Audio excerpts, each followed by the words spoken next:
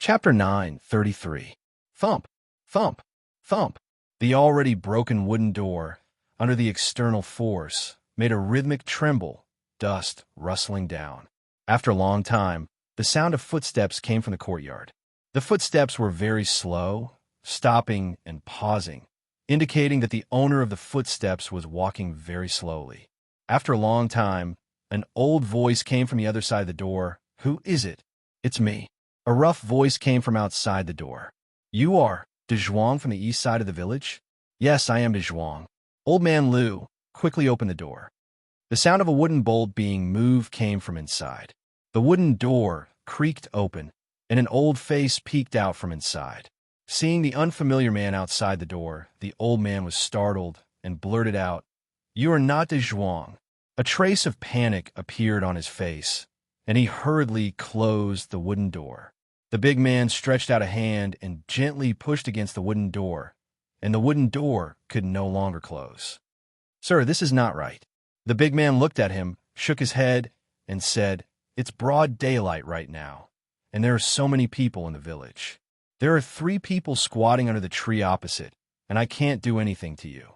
Even if I'm not De Zhuang, you don't have to be so panicked. Aren't you exposing yourself here?" Seeming to realize the problem with the big man's words, the expression on the old man's face regained some calmness, and he asked, "Who are you, and why are you pretending to be De Zhuang?" The big man looked at him, smiled, and said, "Is young Duke Qin inside?" The old man's expression changed again, and he suddenly shook his head and immediately said, "I don't know any young Duke Qin, and I don't know what you are talking about. If you don't leave, I'll call for help." "You exposed yourself again." The big man looked at him and said helplessly, "Even if you don't know young Duke Qin, you can just tell me. Why are you acting so agitated, as if you're afraid that I know him, and you're closing the door and calling for help? Aren't you clearly telling me that young Duke Qin is inside?"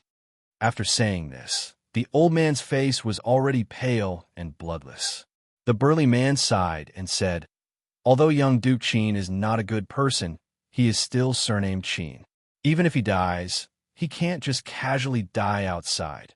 Seeing the old man's face turn even paler and his body tremble uncontrollably, the large man was stunned for a moment and asked in disbelief, "He can't really be dead, right?" The old man's body trembled even more violently. A moment later, the burly man looked at the old man and said with a conflicted expression, "A dead one is fine too." Young Duke Qin of the Qin clan, who had fled to avoid punishment, had returned. However, he was carried back. When he was carried back, he had already lost all signs of life. According to the coroner's examination, the corpse's 4 limbs, no, all 5 limbs were broken. His entire body was covered in burns, and there were countless knife wounds all over his body. He was almost like a sieve. One could imagine the inhumane torture this little duke had suffered before he died. There was no way to solve this case.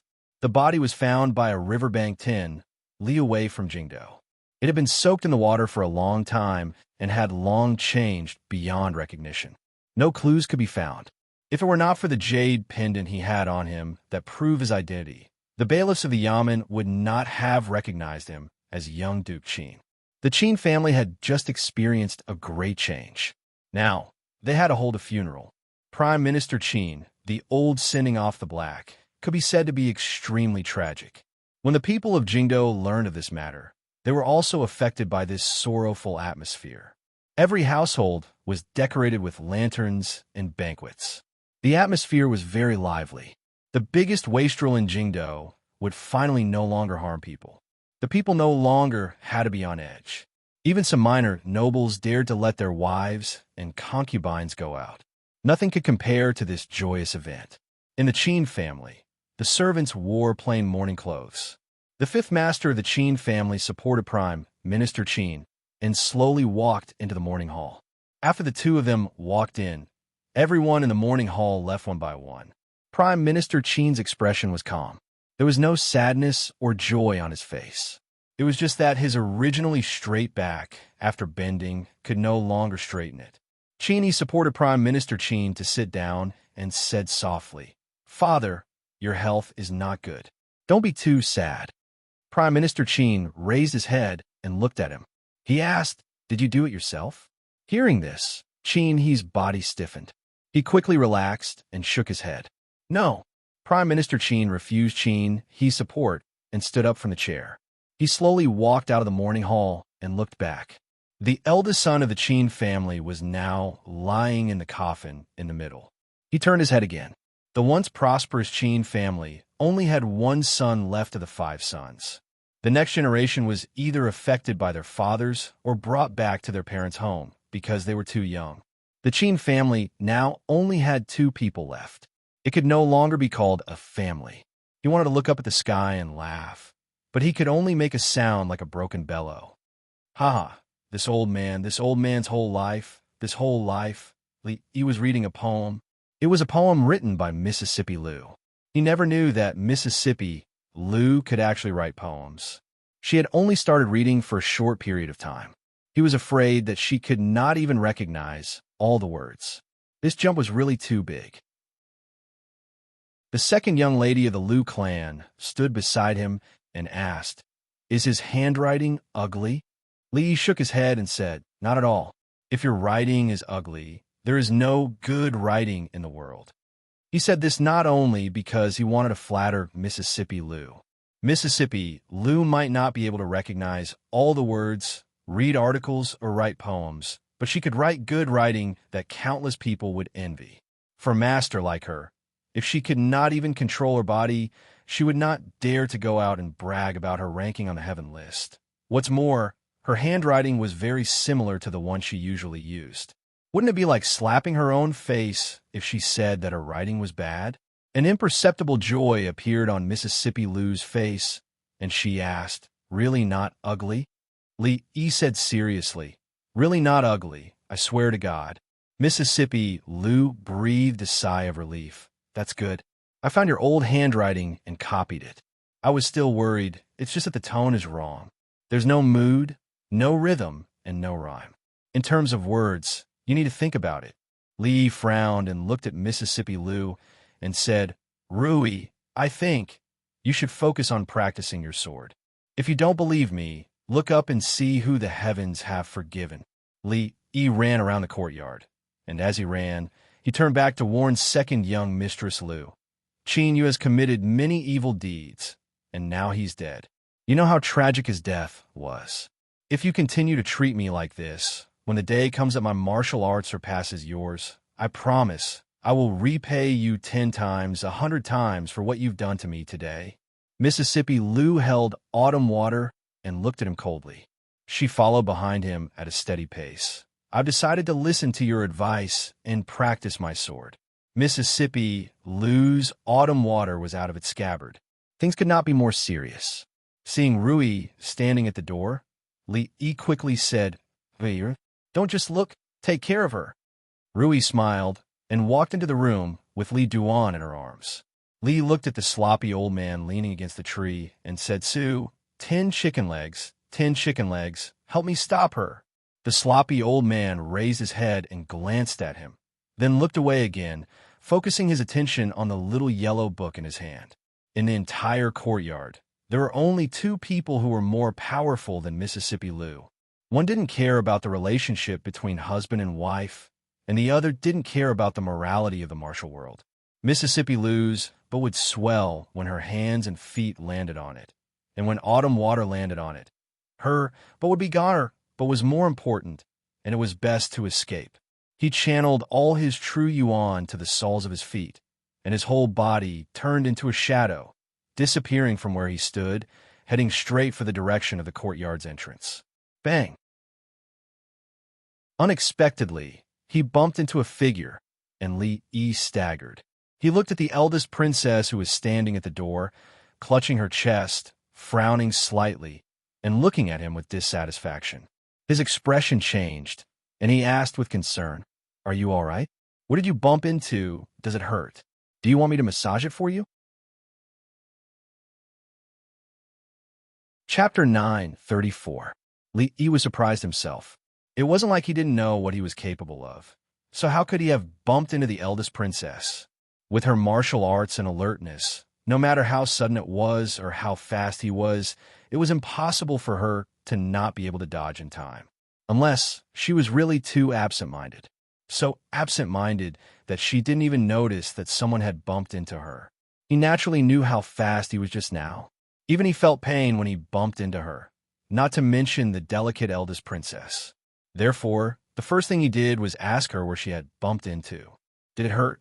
Did she need him to help rub it? However, what was with the 3 inexplicable chills he felt from the front, the back, and the door?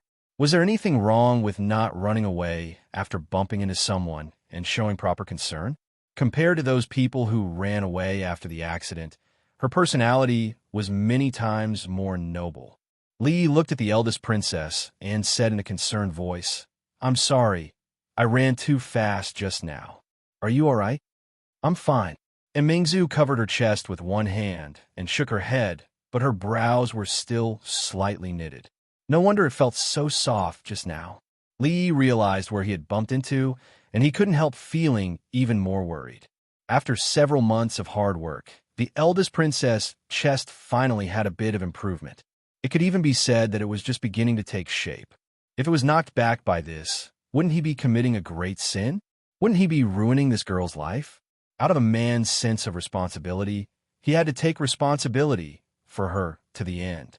When there were outsiders around, Mississippi Lou's personality was completely put away. She didn't want others to think that she was a violent woman, especially not Mingzhu. She could read and write poems. She was also skilled in both literature and martial arts, not any worse than Mingzhu. When she sat down at the table, the eldest princess put her hand down from her chest. When Li looked at her carefully, he found that she was very different from before. Although her clothes were as neat as before, and her hair was not disheveled, her complexion was much more haggard than a few days ago. She seemed to be extremely exhausted, and this exhaustion was not shown on the outside but on the inside. In the past, when she stood next to Second Miss Liu, the only thing that she could compare to Second Miss Liu was her luxurious temperament and her equally good looks. Now, her temperament was gone and her beauty was gone. Although her haggard appearance gave her a different feeling, it was a beauty that only a few people like him could appreciate. Li was really worried this time and asked, "What's wrong? Why is your face so bad?" She was not like this even during the busiest times of the imperial court. Even if she had a few special days, she should not be so haggard. Li Mingzhu shook her head and said, "It's nothing. It should be because I haven't slept well these days." She casually picked up a piece of paper on the table and looked at it. She said, "Who wrote this poem? The words are okay, but the poem is a complete mess." Ignoring Li's strenuous winking at her, she shook her head and continued, "The tone is wrong. The mood is completely absent, and even the rhythm is not understood." Li rubbed his eyes and leaned back on the chair, covering his face with his hands. The eldest princess had received royal education since she was young. It could be said that she was skilled in both literature and martial arts. All in all, she should be the most outstanding woman in the entire Jing kingdom. No, in the surrounding countries.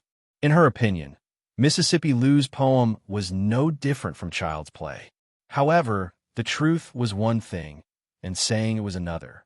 If this matter could be brought up, her chest wouldn't be hurting now. "We haven't sparred for a long time." Mississippi Lou picked up autumn water and said, "Let's spar." Okay. The two of them never refused each other's challenges. Perhaps the eldest princess, who was in a bad mood, also wanted to vent. She only spat out a word, stood up, and walked to the exclusive sparring field for the two of them in the inner court. Li lay on the chair and looked at the blue sky. He didn't really want to watch the fight. Seeing her like this, the words Chui Qingming said in the imperial prison echoed in his ears again. Yes, although his surname was Li, it was not the Li of the royal family. Even if he was Mingzhu, he could only be considered half a Li. No matter who the new emperor was, he or Mingzhu would not be allowed to exist. At this point, he didn't need Shui Qingming's reminder. He had always been very clear. At first, his thoughts were very straightforward. If there was no new emperor, these conflicts would not exist. However, the crux of the problem was Mingzhu. She could participate in the affairs of the country. She could act as the representative of the court. and she could do anything the emperor could do. However, for her to truly sit on the throne, she still couldn't get over it. In the end, she couldn't get over the man lying in bed.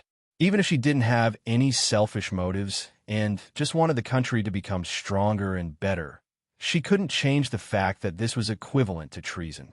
It was the same as treason against her own father. Even after he left, she couldn't do this with a clear conscience. This wasn't her fault. If she could really do this without any psychological pressure, she wouldn't be the Li Mingzu he knew. She wouldn't be the Li Mingzu he liked. "What are you thinking about, husband?" A soft voice came from behind him. Li got up from the chair and walked over. He pulled Rui's hand and sat down on the stone bench beside him. He said, "Something troubling me." Rui looked at him and asked, "It's been so long. Haven't you made a decision yet?" Li looked at her in surprise and shock. He asked, Decide what?" Rui smiled and said, "Although I don't know what my husband is hesitating about, this matter must be very important. Otherwise, my husband wouldn't have used more than 2 years and still haven't made a decision." Rui didn't like a talk like Xiao Huan and chatter. She also wasn't like Mississippi Liu, who spoke like gold. She always saw everything and remembered it. Some of Li Yi's subtle emotional changes could be hidden from Xiao Huan and Rui, but it couldn't be hidden from her. Rui leaned on his shoulder and murmured, "Is it hard to decide?" It wasn't just the eldest princess who found it hard to decide. Even Li Yi himself had never truly made up his mind. He sighed and said, "One step is the sky, one step is the earth. It's very difficult." Rui held his hand tightly and said, "No matter what happens in the future, I and Rui will accompany you to the heavens and the earth." With her words, Li Yi didn't have anything to hesitate about. Whether it was to the heavens or the earth, he would always have Rui by his side. Mississippi Liu, forget about it.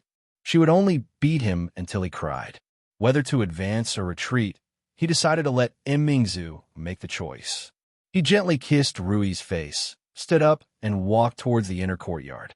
In fact, he didn't think highly of the eldest princess in this competition. One was diligent enough to challenge him every day to improve her strength, while the other was always burdened by court affairs and neglected her martial arts. One advancing and one retreating, the gap between them quickly became apparent. Sure enough, the sound of their previous competition was bang, bang, bang, but now it became bang, bang, bang. He passed through a moon gate and saw that the eldest princess was pressed down by Mississippi Liu. He raised his hand and quickly fell down, hitting a certain perky part of her body. That was how the sound of bang, bang, bang came out. As he hit, he frowned and asked, "Do you submit? Do you submit? Do you submit?" Li Yi stood still, thought for a moment, and asked, "Do you need my help?" Chapter 935. Help? How do you want to help? Mississippi Liu's raised hand stopped in the air, and she looked over. The Princess Royal's acupuncture point was sealed, and her pretty face was flushed. She stared at him with a murderous look. "Rui, what are you doing?" Li Yi walked over quickly, pulled Mississippi Liu away, and said, "Mingzu is a princess. How can you treat her like this? Let go of her." Mississippi Liu was pulled away by him. The murderous look in the Princess Royal's eyes dissipated, and there was a hint of apology. It turned out that the help he was talking about was to help himself. Li Yi secretly wiped away a cold sweat, although he also wanted to try what it felt like to spank the butt of a princess who might become an empress in the future. It was just for the moment. There was still a long way to go to Rui. Just thinking about it made him tremble. After the Princess Royal was helped up by him, she still couldn't move. Li looked up and down, left and right, and asked, "Have your acupuncture points been sealed? Where was it? I'll help you unseal it." The Princess Royal's face turned red again, and she didn't say anything. Mississippi Liu came over, pushed him aside, and gently touched Mingzhu's chest. Although she was humiliated by Mississippi Liu, she didn't do anything drastic after her acupuncture points were unsealed. She got up and walked to the hot spring room and said lightly, "I'm going to take a bath. Give me a change of clothes." Li Yi followed Mississippi Liu to the front. She suddenly turned around and asked, "I'm going to get her a change of clothes. and I'm going to take a bath. Do you want to come with me? Li hesitated. I don't think that's a good idea. When Mississippi Lou began to roll up her sleeves, Li waved his hand and said, I just took a bath this morning. I don't need it this time. After that, he turned around and walked in the direction he came from. After being spanked by Mississippi Lou, the Princess Royal took a shower and changed her clothes. She looked much more energetic than before. The clothes she was wearing belonged to Mississippi Lou. They were about the same age and height. She could wear whatever Mississippi Lou could wear, but Mississippi Lou might not be able to wear what she could. Li noticed that Mississippi Lou's gaze kept drifting towards the Princess Royal's chest, and there was some doubt in her eyes. The relationship between the two of them was really strange to the extreme. They were enemies and friends at the same time. Li couldn't figure it out, but there was one thing he was very clear about. The two of them were indeed getting closer. With the Princess Royal's character, she could actually act as if nothing had happened after being spanked. With their habits, they would actually take a bath together with each other. This made Li involuntarily think of Zue Mo and rewatching. What was wrong with the women around him? And Mingzu tucked a strand of hair that was still a little wet at the temples behind her head. She looked up and asked, Have the princes sent you invitations? Li nodded and said, There are quite a few. The ones who were the happiest about the king of Shu losing power were not him or the Princess Royal, but the princes who used to be below the king of Shu. In the past, the king of Shu had a respected status and had the support of the Chui family and many forces in the court. The other princes could not see any hope at all. Now that the king of Shu had fallen, wouldn't the throne be chosen from among them? Therefore, these days, the princes whose fiefdoms were close to the capital had already rushed back to the capital. Those whose fiefdoms were far away were also on their way back after receiving the news. Naturally, returning to the capital was not just to watch the show. Returning to the capital was to win over the officials and nobles, strengthen oneself, and accumulate chips for the future struggle for power. In the past few days, Li had already received several invitations to banquets. Of course, those invitations were now either lying at the bottom of the furnace or under the carriage. He was not the only one who made such a choice. Any official with status and some knowledge in the capital would not make a move to choose a side before the situation was clear. The struggle for the throne was not a game. If one chose the wrong side, it would not only implicate oneself in the future. Perhaps one's family would also be implicated. The previous wave of people who had chosen a side in advance had already died. Not only did they have to think for the country, but they also had to think for themselves. Li also had to think for himself, think for Rui, think for Xiaowan, think for Zumo, think for watching, think for many people. It was also a sin to be too outstanding. With the old emperor's protection, he had nothing to fear. Once the old emperor could not protect him, those so-called princes and princes, who called them brothers now, would after a while be righteous and raise the butcher's knife against their brothers. Mingzi knew him very well. After being together for so long, she knew better than him who was who and what people would do. If there was really a day when Mingzi faced him with a sword, then there would be nothing in this capital, this Jing kingdom, that was worth his nostalgia. Mingzi looked at him and said, Burn it. What? He looked at her, and Mississippi Lou also looked at her. Burn all those invitations, the eldest princess said in a low voice. The eldest princess said in a low voice. Then she looked up at him and said seriously, I've decided. Mississippi Lou looked at her and asked, What have you decided? Li didn't ask because he knew what she had decided. He was a little curious and a little surprised. This question was actually what he was going to ask her. Before he asked, she had already given the answer. He looked at her face and asked seriously, Have you really decided? Her expression was equally serious. I have decided. No regrets. No regrets. Li knew where the knot in her heart was. It was also the knot in his heart. If she couldn't get over it, she would never be able to make up her mind. That step was so difficult that the two of them had taken it for 2 years, but they still hadn't crossed it. What exactly happened that made her make such a decision in just a few days? Thoughts flew in his mind. After a moment, he nodded, got up, and said, It's good that you have decided. I will send you back. Emingzu stood up and nodded. Mississippi Lu looked at them. She felt that although the three of them were sitting very close, she was so far away from them. She couldn't understand what they were saying, couldn't understand what they were doing. She felt that she was the outsider. Li Yi sent the eldest princess out the door before turning his head. He looked at her and said, "That day in the celestial prison, what Shui Qingming said, did you hear all?" She didn't deny it, which meant she admitted it. Li looked at her and sighed. He said, "Actually, you don't have to be like this. I really don't care. In the past, it was always you who did it for me." She stopped walking and looked at him. "Now, it's my turn to do it for you." The eldest princess, who had always walked the smart and capable path, suddenly began to be emotional. Li was stunned and couldn't get used to it for a moment. That. Li looked at her and thought for a moment. He said, "Even if you really want to do something, you have to tell me first.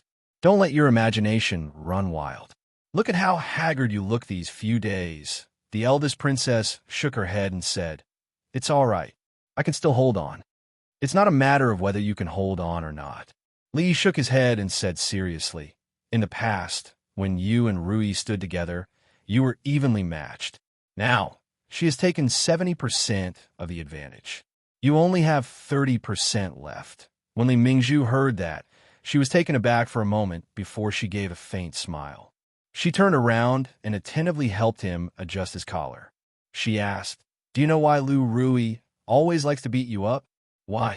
Li immediately became spirited and asked curiously.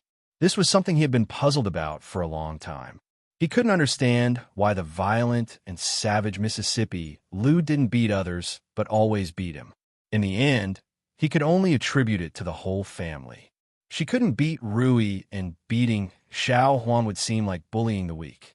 She could only bully him to get a little bit of psychological satisfaction. Emingzu helped him fix his collar. Then she clenched her fist again and said, "Because I also like." Chapter 9:36. If she liked him, then she liked him. If she liked him, then she should say it out loud. He would decide whether or not to accept her based on her performance in the future. She grabbed his collar just because she liked him. He almost suffocated to death. What kind of like was that? His collar was grabbed by her. When Li walked back, he tidied his collar and ordered the gatekeeper, "Send an invitation to all the manors who sent the invitation. Tell them that I'm sick and can't go. If you don't want to go, then don't go." Telling others that you're not going was basic etiquette. He straightened his collar and tidied his clothes before walking into the courtyard. Otherwise, Mississippi Lu might think that he did something else when he sent Emingza back. He didn't mind, but what about her Royal Highness's reputation? To Li Yi's surprise, Mississippi Lu wasn't in the courtyard. Wasn't she curious about Mingzhu's decision just now? It wasn't Mississippi Lu's style to not ask if she didn't know, especially when it came to matters related to Mingzhu. So he planned to tell her personally. When she asked, he didn't say anything. When she didn't ask, he took the initiative to run over. Li thought for a while and felt that his behavior was a little cheap. So be it. He was used to being cheap anyway. She didn't ask. If he still didn't explain, with her narrow-mindedness, he didn't know what she would think in her heart. Rui and he were telepathic. She had already guessed it. They didn't need to make it clear, and they didn't need to. Mississippi Lu was different. If he let her guess blindly, she could probably make up a wonderful New Year drama. He walked to the door of Mississippi Lu's room, knocked on the door, and walked in. Many experiences and lessons showed that it was best not to enter a girl's room without knocking. It was not a good habit to not knock on the door. The frequency of accidentally seeing a girl bathing and changing her clothes was far too high. Even Li Yi suspected that he had some sort of lucky halo on him. It's not good to see indecent things. It's even worse if you don't take responsibility for what you see. Drunk Mo has already taken responsibility, and Ruoqing hasn't. Mississippi Lu, we're a family, so don't be so distant. Mississippi Lu was reading in the room. Li Yi walked over and sat down opposite her. He poured himself a cup of tea and asked tentatively, "Don't you have anything to ask me?" "No," Mississippi Lu replied without raising her head. Li Yi asked again, Aren't you curious about Mingzhu's decision? Mississippi Lu replied calmly without raising her head. I'm not curious. Li stood up, took the book away from her hand, and raised her head to make her look forward. Finally, he sat down opposite her and said, You're not curious, but I want to say. Mississippi Lu finally stopped being arrogant and looked at him calmly.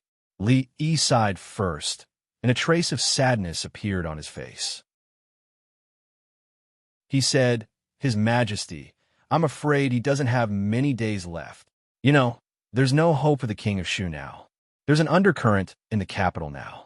All the princes are returning to the capital with the excuse of visiting His Majesty, but they're secretly trying to fight for the throne. Mississippi Lu looked at him and asked, Does this have anything to do with us? Why not? Li looked at her, knocked on the table, and said, You're the leader of the Lu League. You have so many martial arts masters, officials, and nobles under your command. You can tie them up and beat them whenever you want. If you're angry, the entire capital will shake 3 times. Don't doubt that you have such power now. Mississippi Lu continued to listen to him.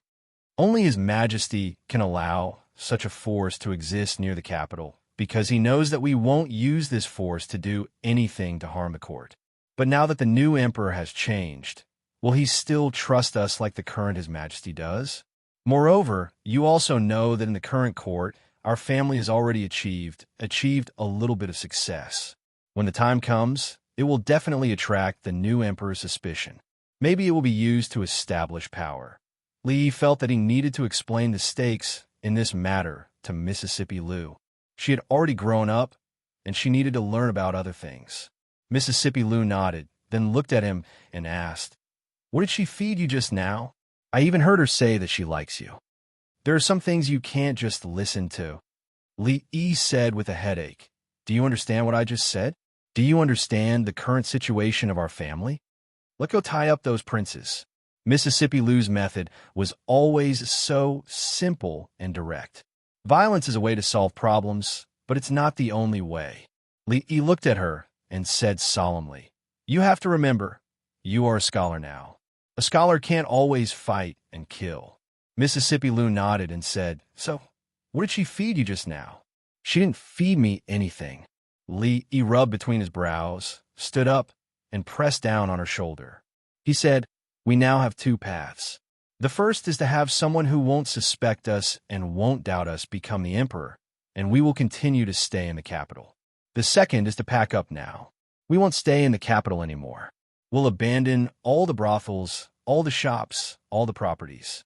We'll take Rui, Xiaohuan, and Mingzhu and find a place to occupy the mountain and become king. I choose the second path. Mississippi Lu said without hesitation, looking a little eager to try.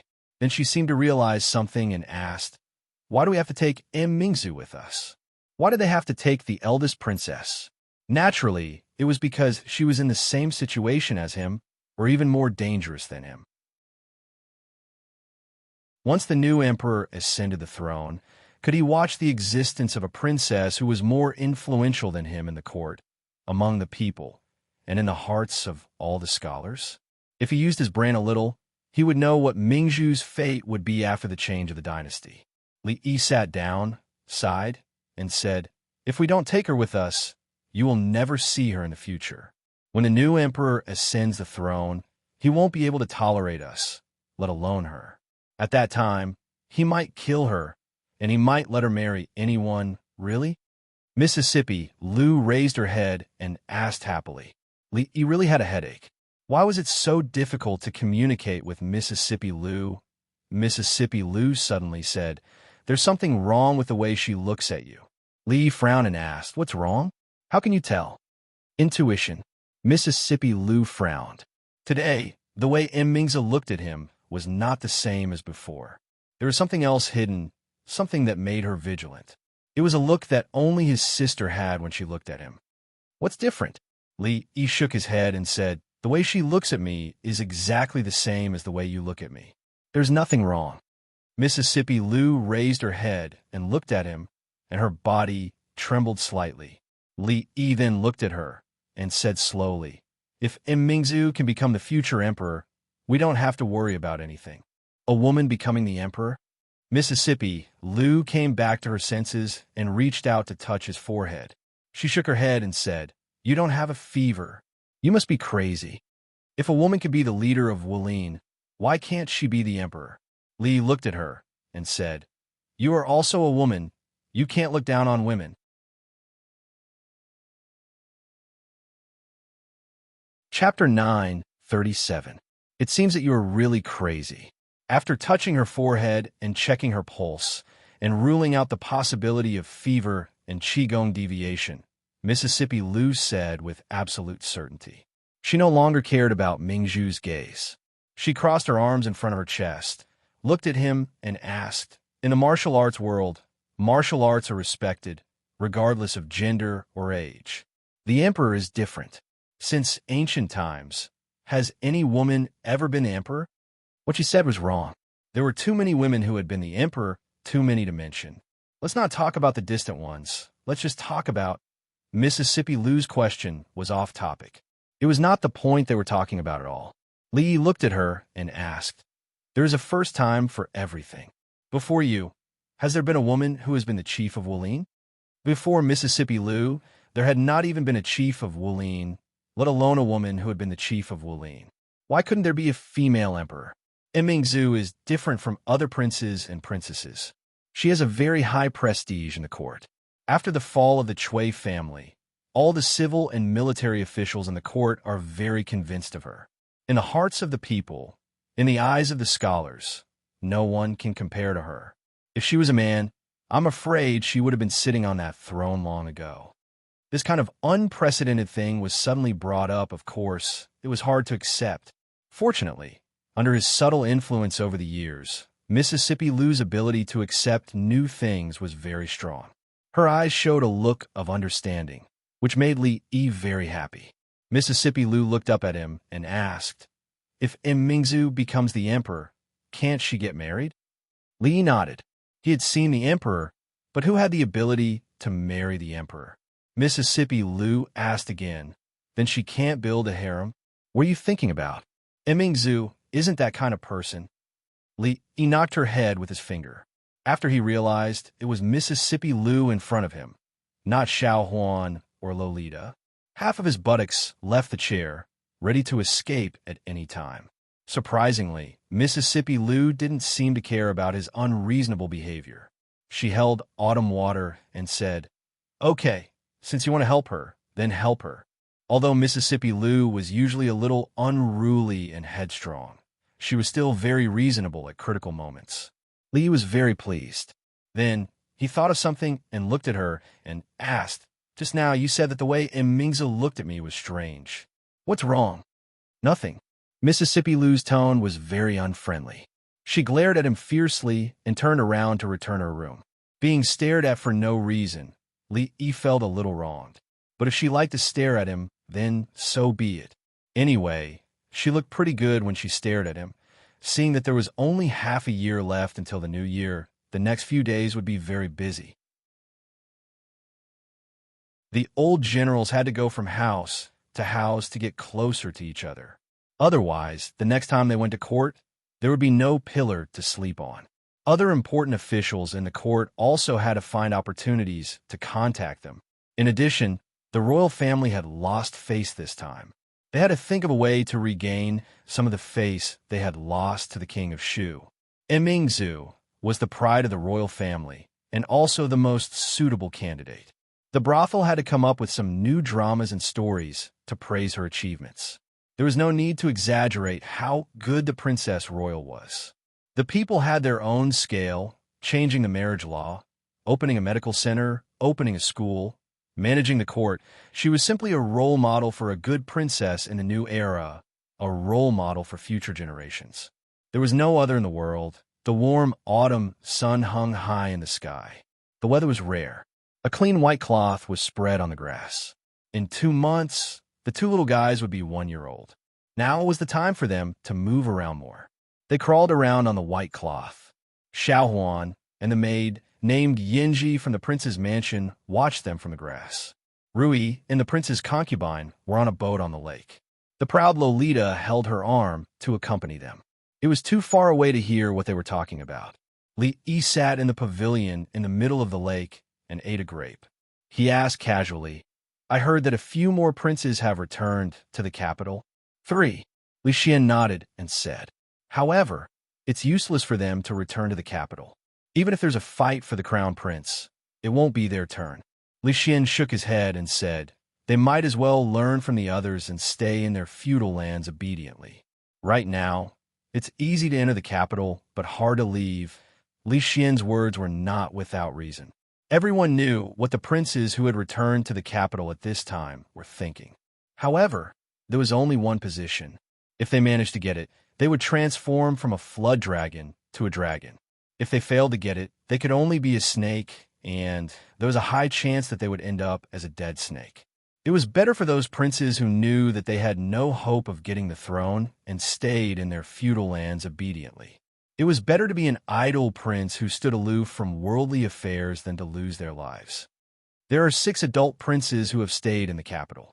Prince Qi and Prince Xin are the 2 with the most backing. Of course, they still can't be compared to the king of Shu in the past. However, now that the Chui clan has fallen, there's no hope for the king of Shu. On the surface, it seems that they have the highest chance of getting the throne. Note, the title Prince Qi was something I randomly came up with back then. I didn't take the Qi kingdom into consideration, and there's no other meaning to it. It's useless to dwell on these meaningless things. Let's just treat it as an ordinary title. Li Yi threw the grape skin into the lake, and fish immediately swam over. He then asked, these princes probably won't be able to stay idle for the time being, right? How can they possibly stay idle?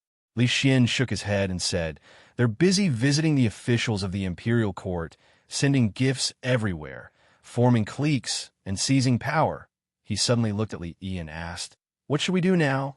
If you and Mingzu have made any decisions, don't hide it from me again. Li looked at him and said, don't you know how to read lips? There's no need for us to tell you to know what we're talking about.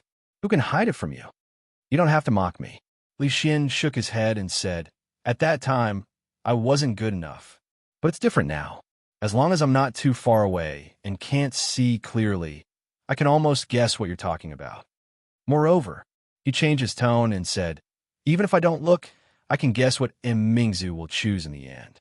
Li Xian said with certainty, for her and for you, she will definitely do it. You guessed it? Li Yi looked at him in surprise. It was said that a scholar who had been away for 3 days would be looked at in a new light. Li Xian had suddenly become smart, and it was really hard for him to get used to it. Of course, I didn't guess it. Li Xian shook his head and said, a few days ago, Brother Shin said that if the new emperor ascends to the throne, you and Mingzu will be in danger. I thought about it. With Mingzhu's personality, she won't care if she's in danger or not. But with you, it's different. Li Yi suddenly looked at him and asked, you didn't tell this to your brother Shan, did you? Li Xian shook his head and said, I'm not stupid. This kind of thing, other than the 3 of us, I can't tell anyone else. Do I look like the kind of person who would casually tell this kind of thing to others? That's not necessarily true. Li Yi shook his head and said, I heard that your brother Shun has a beautiful and charming sister. If you use a honey trap a little, do you think I'll be so ungrateful for beauty? Li Xian looked at him and said seriously, but you don't say Brother Shin's sister is really beautiful. I'm just joking. How can I not trust you? Li waved his hand. In fact, compared to Brother Shin's sister, he was more worried about Brother Shun himself. Speaking of honey traps, Li Xian suddenly looked at him and asked, you have so many beauties around you, I'm worried about you. Do you think I'm that kind of person? Li looked at him and asked, I trusted you so much, and this is how you treat my trust? Hearing this, Li Xian lowered his head in shame and said, I still think you are. For them, what wouldn't you do? Furthermore, your wife seems to have a younger sister who's even more beautiful and charming than her.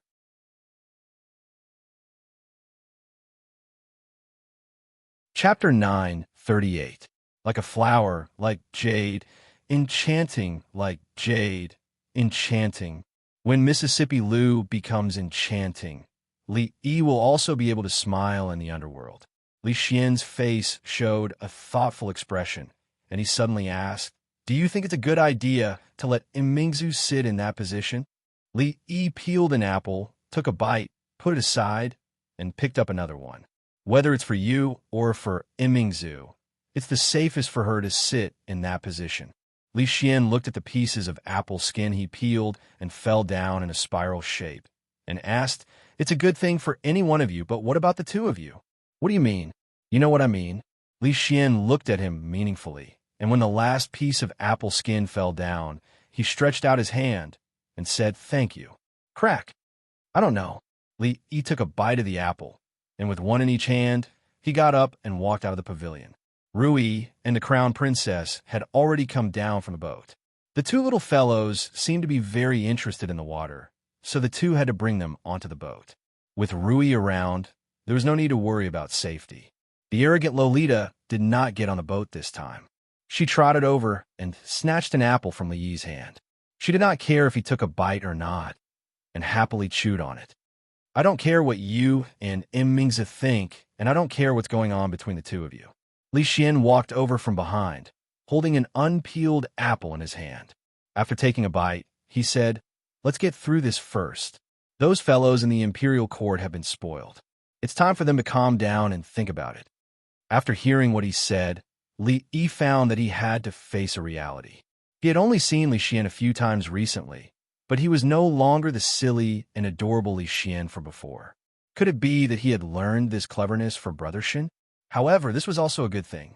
At the very least, after he became smarter, he could save himself some trouble. That Sundara Lolita raised her small face and asked, "Brother Xian, what's going on with you and my royal sister?" Li patted her head and said, "He's talking nonsense. Don't listen to him."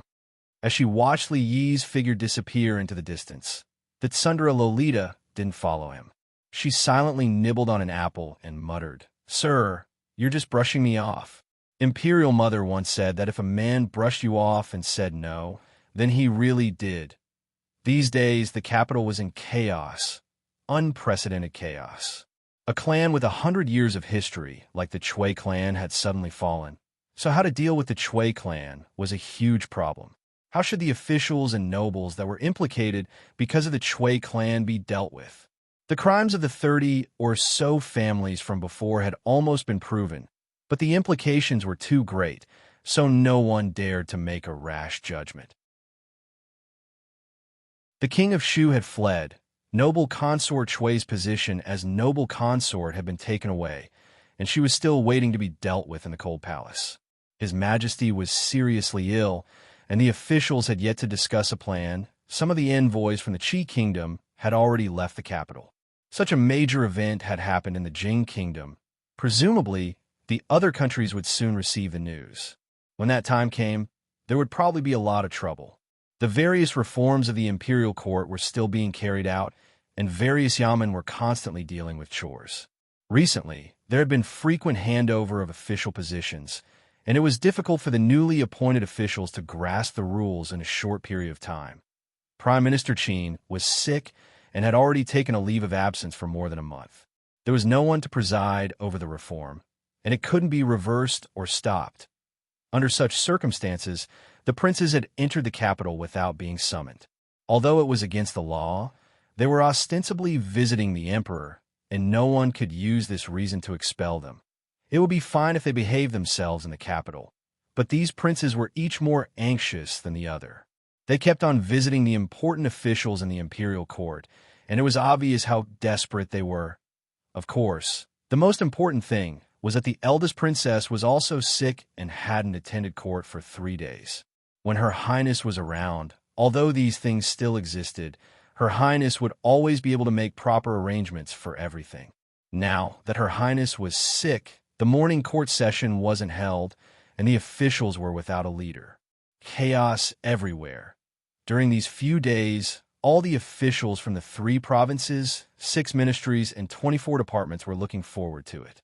When Her Highness was around, they didn't feel anything.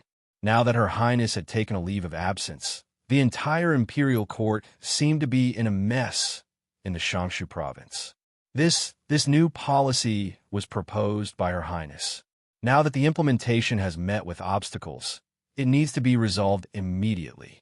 What should we do? Lord Dong, you've been with the princess for a long time. Please say something. Dong Wenyin shook his head and said, My understanding of this is limited, and I don't dare to speak recklessly. Suddenly, someone slapped the table fiercely and said, What is Prince Xan trying to do? The invitation has already been sent to the Shangshu province. Is he that impatient? These are all small matters. How should we deal with the Chui clan's matter? His Majesty and the princess haven't given us any information, so we can't make a rash decision. Prime Minister Qin. Prime Minister Qin hasn't been here for a long time. This can't go on. I wonder how Her Highness's condition is. When will she get better? It's not good for us to inquire about such matters. The complicated imperial court affairs caused countless officials to feel troubled, and the entire Shangshu province was in a state of chaos. This is the Shangshu province. What's with all the commotion? An elderly voice rang out from outside the door, and everyone's gazes quickly looked over. Prime Minister Qin. Prime Minister Qin, you're finally back. Quick, quick, come in. Someone walked out quickly and helped Prime Minister Qin, who was holding onto a walking stick, into a chair.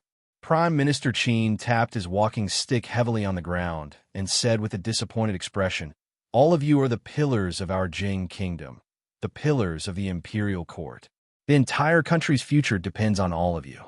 The eldest princess has only been away for a few days. Look at all of you. Look at all of you.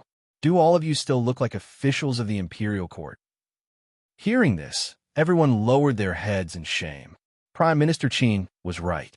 They had already forgotten what it was like in the past.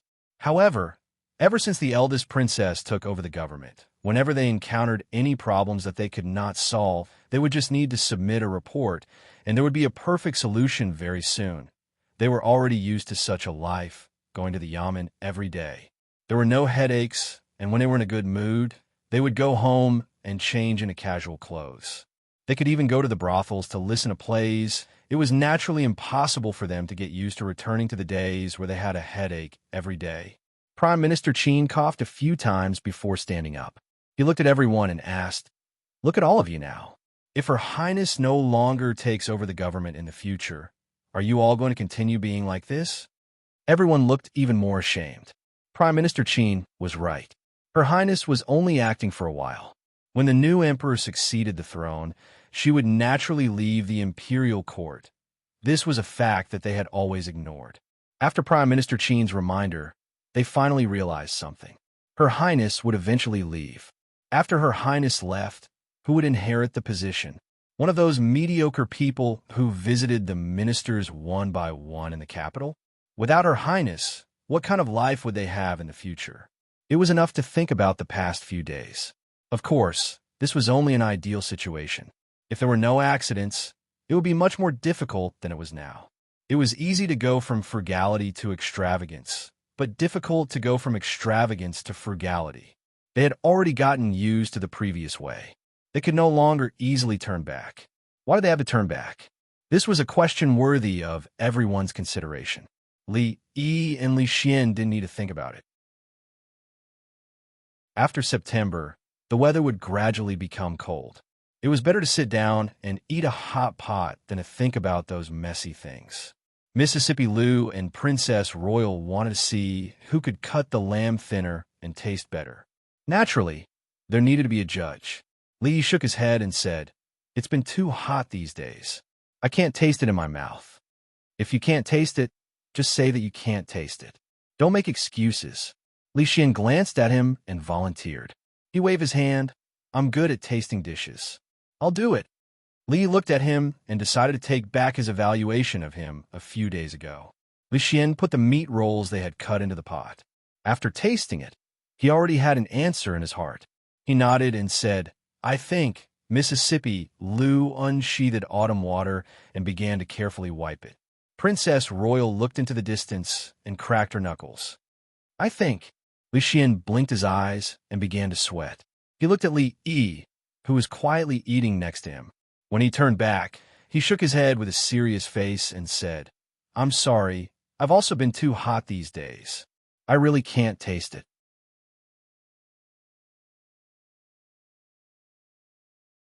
Chapter 9:39.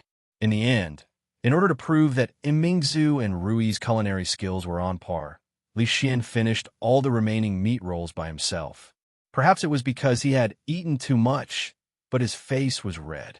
He looked at Li Yi with a resentful gaze. Young people had to grow up. In the past, he had been as innocent as Li Xian. Later on, he was taught by Mississippi Liu and the Princess Royal. He understood that at some junctures in life, it was better to give up than to make a choice. Li Xian rubbed his stomach and laid on the chair without any grace. He mumbled, "I was right? The officials in the court have long been spoiled by Imingzu. Without Imingzu, they wouldn't dare to do anything. Look at how chaotic the court is now." It had to be said that Li Xian's idea was not bad. Even Li Yi didn't think of it. There was a saying that went like this: there was once a wise empress who stood in front of the officials, but they didn't cherish her. When they lost her, it was too late for regrets. This was the most painful thing in the world. Although Her Highness's few days off were not enough for the courtiers to think about a certain aspect, it was enough for them to calm down and consider many things. "This is a good idea." Li Yi nodded and gave him a thumbs up. He passed an apple to him and said, "Eat some fruits after a meal. It's good for your health." Li Xian's eyes widened. He covered his mouth and ran out. The word eat was not something he could even hear. Because he was too young, he ate too much until he vomited. This was his punishment for making promises so easily. After vomiting, Li Xian's complexion looked much better. However, he slumped into his chair, his bearing as a member of the royal family completely gone. The Princess Royal didn't stay in the palace for a few days. Naturally, the officials couldn't get any information. The strange thing was that she and Mississippi Liu were enemies, but they were always together. Except for sleeping, they spent most of their time together. He couldn't figure it out. Besides martial arts, what else did they have in common? They couldn't be exchanging experiences other than fighting, right? This made Li Yi a little worried. He looked back at Li Xian and asked, "Help me see what they're talking about." He was now very convinced by Li Xian's lip reading, and he finally discovered his greatest strength. Never underestimate a man with a gossipy heart, because you never know how much effort he would put into peep. "I can see clearly only when I concentrate. Don't disturb me." Li Xian took out a small telescope from his sleeve and put it to his eyes. "Imingzu said that your Rui is too violent. It's not good to always use force on you, and the places he hits are not elegant." Li Yi was deeply gratified. Her Royal Highness was a princess after all. She would love others. This was something that Mississippi Liu, who only advocated violence, would not understand. She also said that she found a secret skill in the palace's library a few days ago. It can make people feel unbearable pain when performing the skill. After the skill is performed, it will return to normal without leaving any trace. She suggested that your Rui learn it. Li Yi suddenly remembered that he also had something to suggest to Rui. Right now, Imingzu was still the eldest princess. The two of them could often compare notes with each other. In the future, there would not be many opportunities like this. Rui wanted to seize the opportunity to humiliate her a few more times. After all, a tiger's but could not be touched, and an empress's but could not be spanked. If he did not take advantage of this opportunity, there would not be another one in the future. If she needed help, he could provide it for free. Ministry of Revenue. Minister of Revenue Qin Huan personally sought a person out of the yamen with a smile on his face. He said, "These days, the Ministry of Revenue has been busy with the tax reform. If not for you, I would have a headache." Tseng Shichen shook his head and said, "Lord Qin, you are exaggerating. As the Assistant Minister of the Ministry of Revenue, this is my duty." Although there was a difference in rank between the two, Tseng Shichen was not only the Assistant Minister of the Ministry of Revenue, but also the Governor of the capital. He held two important positions. Qin Huan was very polite to him and said with a smile, "These days, Lord Tseng, you must be very tired from running between the yamen and the Ministry of Revenue. Quickly go back and rest. Leave the rest of the Ministry of Revenue to someone else." Her Highness's condition has improved. I still have to go to the palace to report. Lord Qin, please see me off. Tseng Shichen cupped his hands and turned to get into the carriage. Morning Dew Hall in the palace. After Tseng Shichen finished reporting, he said, "Your Highness, there are already 7 princes who have returned to the capital without His Majesty's edict. The court has different opinions on this. May I ask how this matter should be handled?" Father has no objections on this matter. There is no need to discuss it further. Mingzu put down memorial and looked down. She said, "Recently, all the yamens have been busy. It must be tiring for you to be busy with both the capital yamen and the Ministry of Revenue." Tseng Shichen bowed and said, "This is this official's duty." Mingzu nodded and said, "Although I am working for the court, it is not easy to arrange the affairs of the 2 manors so well. Reward me with 1,000 bolts of silk and allow me 5 days of rest." This official is the capital governor and the assistant minister of the Ministry of Revenue. This official should do his best for the court. This is my duty. Tseng Shichen knelt on the ground and said, "Your Highness has shown me gratitude. This official will also be forever loyal to your Highness." Mingzu put down the memorial in her hand and looked at Tseng Shichen. Pledging loyalty to the imperial court and pledging loyalty to her were 2 different concepts. Tseng Shichen had been an official for many years and held a high position. He could not understand the difference between these 2 sentences. After a while, she sat down again and nodded. "Rise." The capital governor was an official in charge of the capital and the Hebei region. He was only a 4th-rank official. In the court, there were many officials who were higher than him. However, in terms of status, the capital governor was no less than the 6 ministers and the chief officials of the 3 provinces. The former capital governor, Dong Wenyun, had already become the mainstay of the Shangshu province. The 2 prime ministers had also held this position before. Generally speaking, this position was just a transitional one. Once they got through it, they would immediately become a true high-ranking official of the court. The current capital governor, Tseng Shichen, was originally an official in the king of Shu's faction. Later, he caught the eye of Her Highness and was promoted to his current position. He played an important role in a major case at the beginning of the year and received unanimous praise from the people of the capital. A few days ago, the officials in the king of Shu's faction were implicated. There are not many families like the Tseng family that survived. The capital governor's residence. A middle-aged official stroked the beard on his chin and shook his head. "Everyone in the imperial court is extremely busy now. I'm only able to have this little bit of leisure time because I'm busy. Only Lord Zeng, who is in a high position, still has such leisure and elegance. I'm really envious of you." Tseng Shichen smiled and took a sip of tea. He unhurriedly put down a chess piece and said, "What Lord Su said is not reasonable. 2 days ago, I was just as busy as my colleagues in the court. If it weren't for Her Royal Highness, who allowed me 5 days of rest, how would I have the time to drink tea and play chess now?" The official surnamed Su smiled. "Her Highness values Lord Zeng very much. Perhaps in the future, she will have to rely on Lord Zeng." Just as he finished speaking, a servant of the Tseng family knocked on the door and entered, handing an invitation to Tseng Shichen. Tseng Shichen glanced at it and threw it to the side. He sighed and shook his head slightly. The official surnamed Su was surprised. "Lord Zeng, why are you sighing?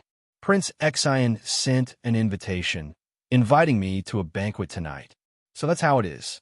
Lord Su put down his chess piece, shook his head and said, "I have received several similar invitations in recent days. These princes are still too anxious. The topic had already changed." Tseng Shichen casually asked, "In Lord Su's opinion, which of His Majesty's princes is the most virtuous and has the most hope of inheriting the throne? His Majesty is so wise, but none of the princes have learned a single bit of His Majesty's ability." The official surnamed Su shook his head and said, "The Prince of Shu, Prince of Xan, Prince of Qi. These princes are all mediocre. In terms of virtue, just look at the news from their fiefs. Not to mention a hair on the eldest princess's head. Even the heir of the Prince of Ning is better than all of them combined. In fact, they can't even compare to a child of Prince Jean. The eldest princess has the talent to rule the world, but unfortunately, she is a woman.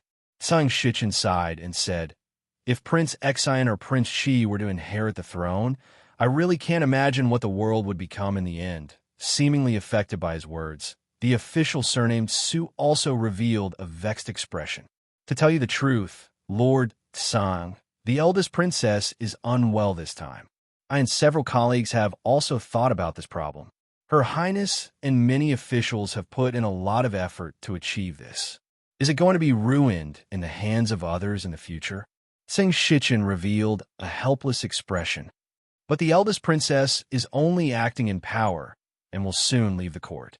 It's impossible for her to always... Who said it's impossible? The official surnamed Su raised his head and looked at him. The princes are mediocre, but there is still Prince Jean. In terms of identity, status, and ability, who among the princes can compare to Prince Jean? It's just that Prince Jean is young and can't take on great responsibilities. But before Prince Jean comes of age, the eldest princess can act in power. Isn't that the best of both worlds? Sang Shichen looked at him and said in a low voice, Lord Su, be careful with your words.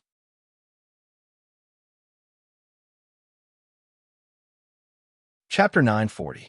Sang Shichen looked at him and said with a frown, Lord Su, other than His Majesty, it's not appropriate for us to talk about this. The appointment of the crown prince had always been the emperor's family affairs. As foreign officials, they shouldn't say much. However, at this moment, Lord Su was obviously exposed. He waved his hand and said, Lord Sung, I'm not afraid to let you know that this is not only my intention, but also the intention of many of my colleagues. If the throne is really inherited by one of Prince Exian or Prince Chi, then all the hard work we've put in over the years, everything Her Highness has done for the Jing Kingdom, and all the achievements we've made so far will be for naught? Sang Shichen looked up at him and asked, Are there other officials in the imperial court who think so too? Although Prince Jean is young, he's extremely intelligent.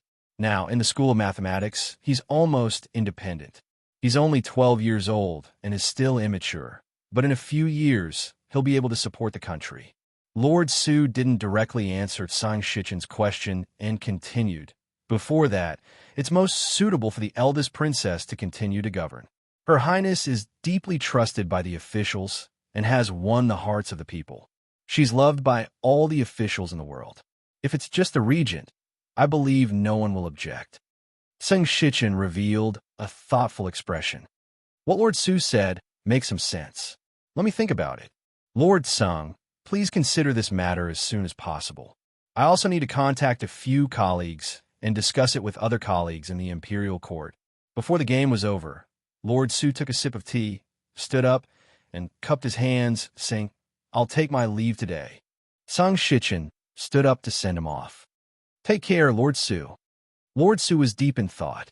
When he walked out of the capital governor's residence, he suddenly stopped in his tracks. There seemed to be something wrong. He came here today only to drink a cup of tea and play chess. Why would he discuss the appointment of the crown prince? Why would he reveal this immature idea in his heart? He thought about it carefully and finally understood. He had wanted to drink tea and play chess. He could only blame Prince Exian's post. If it wasn't because of that sudden post, he would still be locked in a battle with Lord Zhang on the chessboard. However, since this topic had been brought up, he couldn't avoid it anymore. Although today was an accident, this matter was indeed imminent. Thinking of this, he couldn't help but quicken his pace. Li Han was indeed a good kid, especially in the past 2 years. He had grown extremely quickly. In just 2 to 3 years, he had grown from a naughty kid who used to pee in his pants to a man who was feared by the students of the Mathematics Academy. The reason why they were terrified was because he was not only Prince Jean, but also the vice dean and the director of political education. In the absence of the dean, he was the dean of the college. He was in charge of all affairs, including student rewards and punishments. In terms of status and identity, no one in the academy could compare to him. In terms of knowledge, he was the most outstanding. In addition, he liked to use the method of frog jumping to punish students. It had become a shadow in the hearts of the students of the mathematics faculty that could not be erased. Of course, in front of outsiders, no matter how tough he appeared, he could not hide the fact that he was only 12 years old. That Tsundere Lolita, who was almost 15 years old, was his nemesis. Li Han was instructed to put on the chicken wings while she ran excitedly to Li Xian's side, wanting him to show her the technique of knowing what people were talking about without listening to them. "Brother Xian, help me take a look. What is Li Han muttering softly over there?" Li Xian turned his head to take a look. After a moment, he turned back and said, "He said that royal sister Shanning is the laziest and only knows how to eat. She let him do all the dirty and tiring work. Such a lazy girl. No one will want her in the future." The Tsundere Lolita ran over angrily and twisted Li Han's ear. The latter had a horrified expression and said with a trembling voice, "Royal sister, how? How did you know? Great, you actually dared to secretly scold me." The Tsundere Lolita actually said that no one would want her in the future. The Tsundere Lolita turned her head to look in a certain direction. When she saw Li Yi sitting together with the eldest princess, she exerted even more force. Li Yi looked at Li Han, who was being chased by Shanning, and turned his head to ask Mingzu, "What do you think of Prince Jean?" "Li Han is a good child." And Mingzu nodded and said, "Although he is young, he is the one who can endure hardships the most out of all the princes. These few years, he has been put in the Arithmetic Academy to train, and he has grown a lot. He has already left the other princes of his age far behind." Li Yi nodded and said, "In the past, he was a little mischievous. These 2 years, he has finally calmed down. I don't know what will happen in the future, but at least for now, his nature is still very pure." The king of Shu had lost power, and the old emperor was seriously ill. Many princes couldn't wait to enter the capital, and they couldn't wait to start the fight for the throne. Their efforts didn't go to waste. After the prince's invitations and visits, the officials and nobles in the capital finally had some changes in the direction of the court. These days, the voices calling for Prince Jean, Li Han, to succeed the throne were very loud. After all, apart from his young age, Prince Jean was much better than those princes in some aspects. When he was 10 years old, he had single-handedly crushed the conspiracy of the Qi Kingdom's diplomatic mission and saved the face of the Jing Kingdom.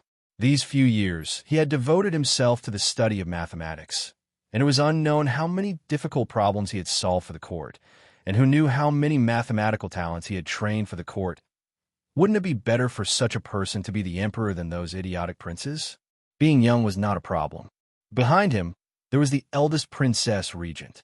As the emperor, he just needed to grow up. In the process of growing up, if he could learn 10 or 20% of the eldest princess's knowledge, it would be enough to deal with the complicated political affairs. After all, what the officials cared about was not who would become the emperor, but whether or not the court would be as stable as it was now after that person became the emperor. Would they still be able to follow the eldest princess to get rid of the internal troubles, deter the external enemies, and implement one beneficial policy after another to make the weak Jing kingdom stronger and stronger? And Mingzu looked into the distance and said, "I hope that in the future, he can be like father. Why do you care so far away?" Li glanced at her and said, "Anyway, in a few years." And Mingzu tilted her head to look at him and asked, "What about in a few years?" Li Yi looked away and shook his head. "Let's talk about it in a few years." In a pavilion far away from them, Changde helped Emperor Jing to sit down slowly and stood quietly at the side. Prince Ning slowly walked over and helped him tidy up the fur coat on his shoulders and sat beside him. Emperor Jing tilted his head and looked into the distance. "These days, there seems to be some other voices in the court?" Prince Ning nodded and said, "A few days ago, there were suddenly more voices in the court calling for Prince Jean to succeed the throne and for Mingzu to become the regent." Emperor Jing looked forward and murmured, "I did not expect that there would be a day when this country could not do without Mingzu. She has suffered." Prince Ning looked up into the distance and shook his head. "Although she is a woman, as a member of the royal family, this is what she should do." After he finished speaking, he looked at Emperor Jing and asked, "Imperial brother still hasn't announced it. Are you waiting for next year's court meeting? What do you think His Majesty and Prince Ning are talking about?" Li looked at the pavilion in the distance, then looked at Li Xian and asked, "Why don't you take a look?" Maybe imperial uncle and imperial father are talking about something important. This is not good, right? Li Xian shook his head and took out the binoculars from his arms. What court meeting? Li Xian frowned and waved his hand. Don't talk and don't move. Otherwise, I won't be able to see it.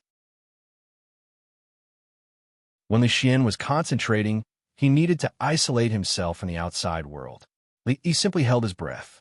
Mingzhu's lips moved as if she wanted to say something, but in the end, she shook her head and let them be. This is Xian Er's responsibility. Li Xian looked in that direction attentively and murmured, Well, my responsibility? What responsibility do I have? If Mingzhu is a man. Li Xian couldn't help laughing. He reached out and patted Li Yi. If Mingzhu is a man, you will die of anger. In order to protect him, you kept him by your side with Mingzhu. Li Xian's body suddenly froze, and he could no longer speak. After a long time, his face showed anger. He suddenly raised his hand, and the binoculars fell to the ground and scattered. His face was ferocious, but his body could not stop trembling. He pointed in a certain direction and scolded, What kind of lousy lip-reading is this? How dare he use this kind of thing to deceive me? I will kill him when I return.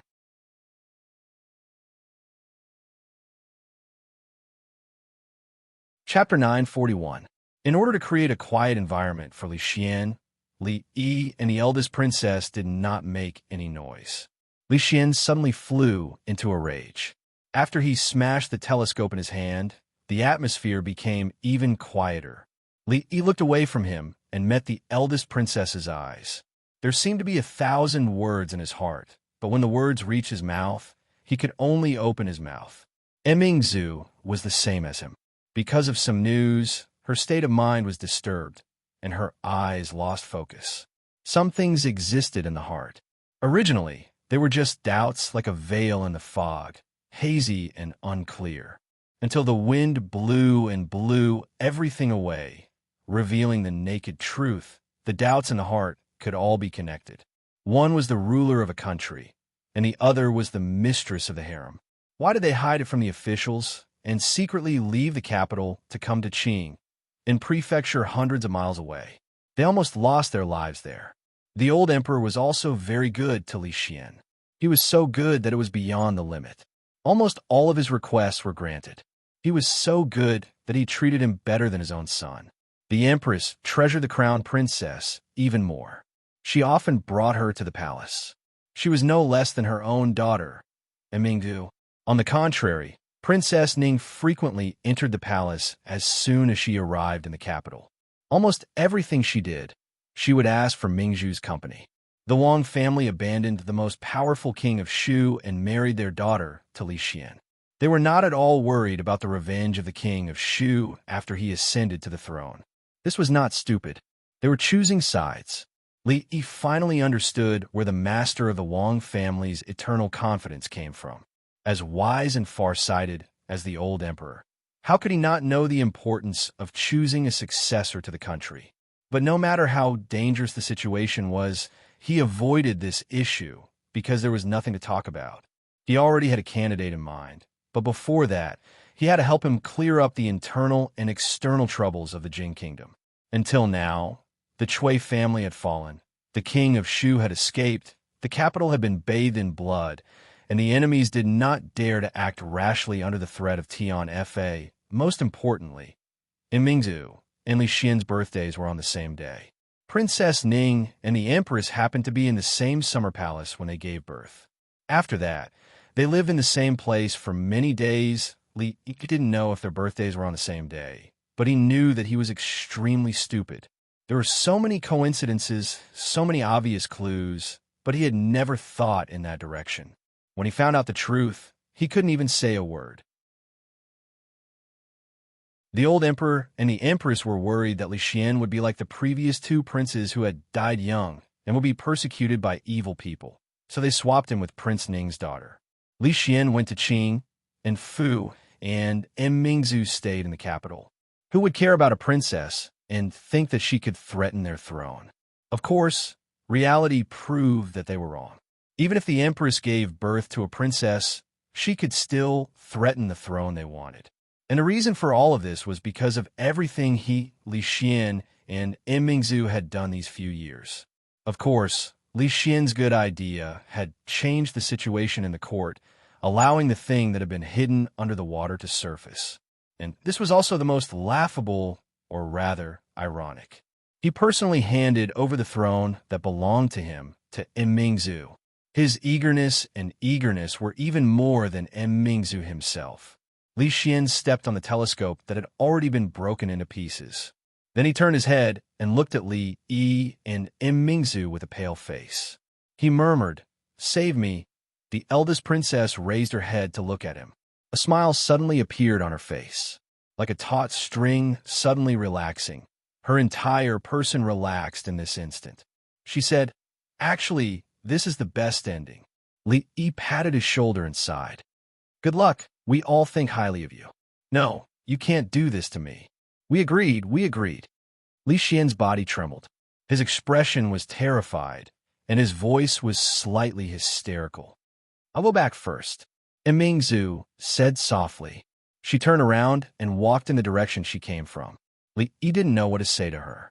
At this time, it was not only that matter that was involved, but also her life experience. In an instant, her father was not her father, and her mother was not her mother. For the past 20 years, she had been kept in the dark. No matter how strong she was, she needed time to accept it. "I'll go back too." Li Yi shook his head. With such a huge gap, not only Mingzu needed time, but at this time, all three of them needed time. Li Xian shook his head violently and murmured, "You can't do this. You can't do this." Li Yi really couldn't think of any words to comfort him. After looking at him apologetically, he turned around and left. The proud Lolita ran over from a distance. She raised a roasted black chicken wing to Li Yi and said, "Sir, the chicken wing is ready. I roasted it for you myself. Try it." Li Yi took the chicken wing and took a bite. He knew that she not only forgot to add seasoning, but also did not roast it well enough. The outside was already black, and the inside was still a little raw. The proud Lolita asked expectantly, "How does it taste?" Li Yi finished the chicken wing in 2 or 3 bites, wiped his fingers, and nodded. "It's delicious." "Then I'll roast it for you, sir." The nervous expression on the proud Lolita's face disappeared. Finally, joy appeared on her face, and she ran quickly to the grill. Li Yi stopped her, shook his head, and said, "Sir has something to do. I'll go back first." "Oh." The proud Lolita responded with some disappointment. Then she raised her head, smiled, and said, "It's okay. Sir's business is more important. If you like it, I'll roast it for you next time." Li Yi smiled at her, turned around, and left. After a while, the proud Lolita put her hands on her hips and looked down at Li Han, who was squatting on the ground. She asked, "How is it? Is it delicious?"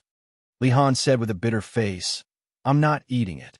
The outside is burnt, and the inside is not cooked. I forgot to add seasoning. It's not delicious. I'll have diarrhea if I eat it." "Nonsense." The proud Lolita looked at him with shame and anger and said, "I roasted it like this just now. Sir said it was delicious, and he ate it all." Li Han's face became even more bitter. He looked at her and said, "That's because Sir likes you. No matter how bad your roasted food is, even if you gave Sir a raw one, he would still say it was delicious." The anger on the proud Lolita's face immediately turned into shyness. She pinched the corner of her clothes and said to herself, "Really? Mothers seem to say the same thing. Really, really?" Li Han raised his hand and said, "I swear, among everyone, apart from Yongning, you're the one that Sir likes the most." When he saw his royal sister frown, he immediately changed his words and said, "No, Sir likes you and Yongning the most. He likes both of you the most." After a long while, Li Han sat on the ground and let out a long sigh of relief as he watched his royal sister, Shaning, run away shyly. The chicken wing she roasted was really terrible. This was the worst chicken wing he had ever eaten. How could Sir lie like this? He even ate it all. Wasn't he afraid of diarrhea? Of course, he could only say these words in his heart this time. He didn't dare to whisper them out loud. "Little Han." A voice suddenly came from behind him. Li Han jumped up from the ground in fright. He only relaxed when he saw who it was. He asked, "Brother Xian, why are you looking for me?" An extremely kind smile appeared on Li Xian's face as he said, "Come here. Brother Xian has something to tell you." Although Brother Xian's smile was very kind, as if he had some great news to tell him, Li Han felt a chill run down his spine. He felt his hair stand on end, as if a great disaster was about to befall him. Sir had said that when you faced an unknown problem that you couldn't handle, you should rely on your intuition. Li Han's first instinct was to run. Thus, he really ran. He was extremely fast and didn't even look back. It was as if there was a monster chasing after him. Li Xian smiled as he looked at the rapidly fleeing figure. He extended his hand and murmured, "No matter how fast the little monkey runs, he won't be able to escape from the palm of the Buddha."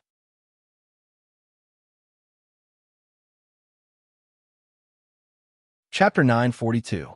No matter how powerful Sun Wukong was, he couldn't escape from the palm of the Buddha. In the end, Li Han was still captured.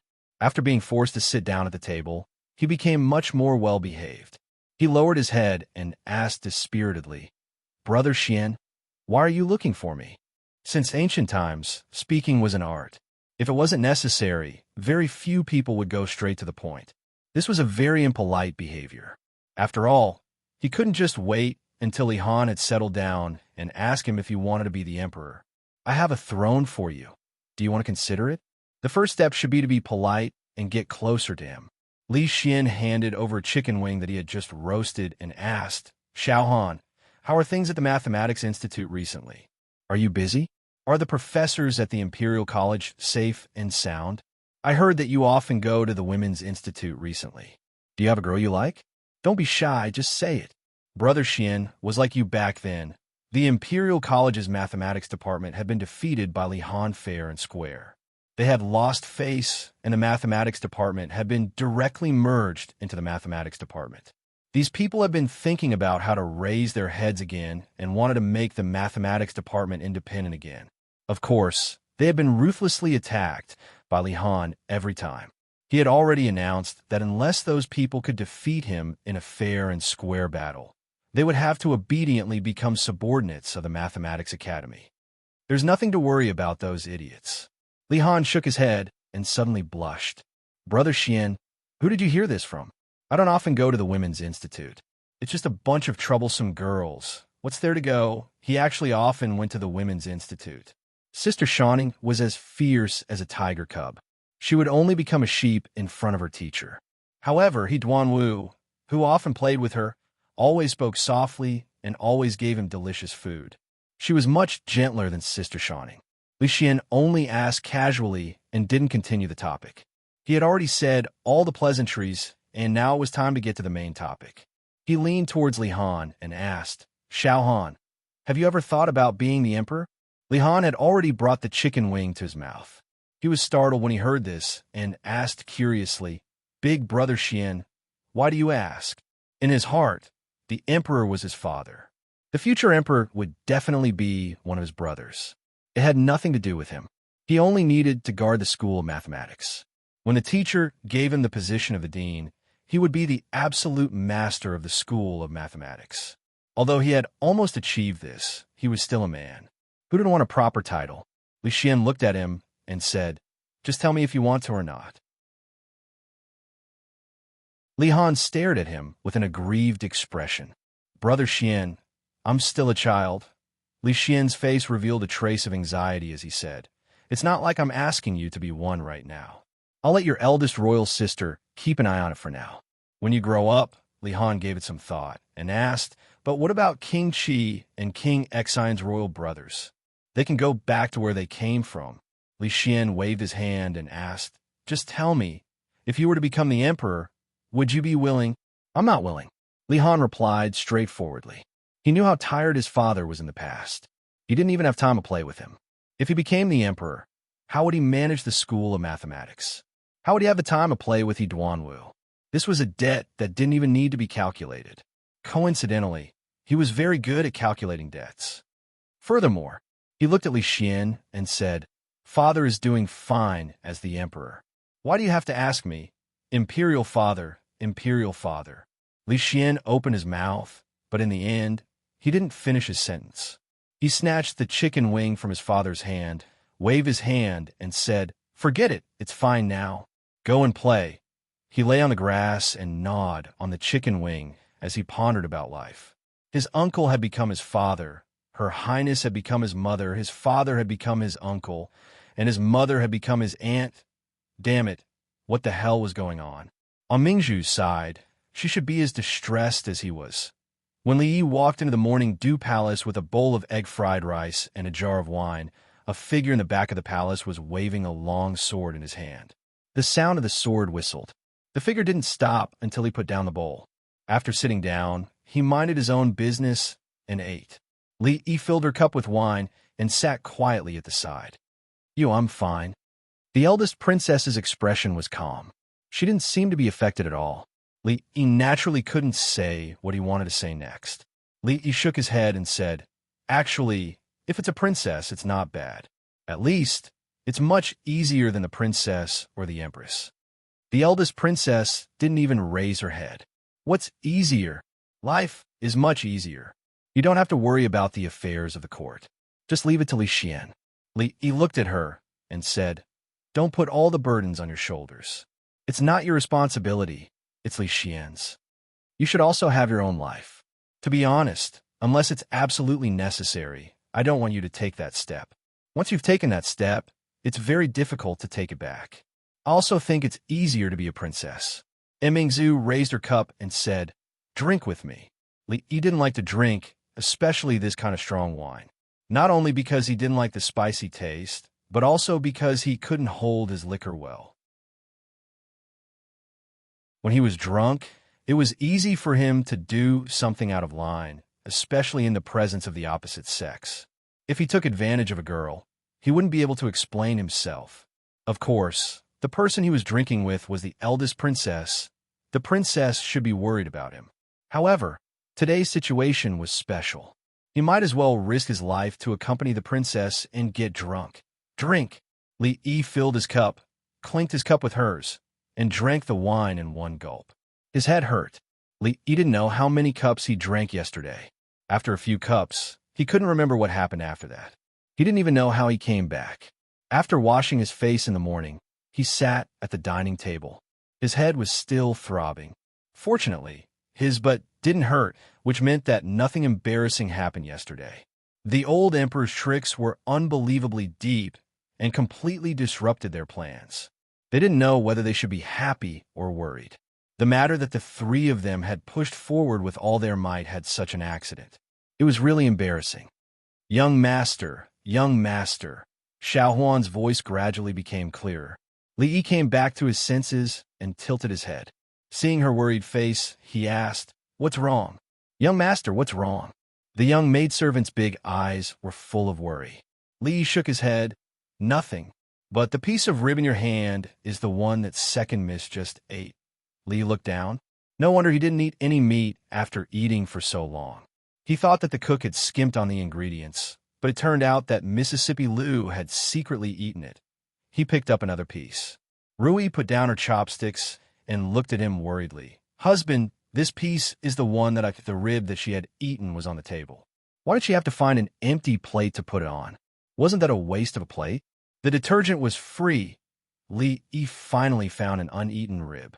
Just as he brought it to his mouth, he saw Xiao Huan looking at him curiously.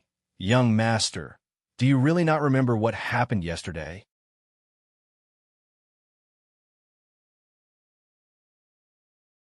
Chapter 943.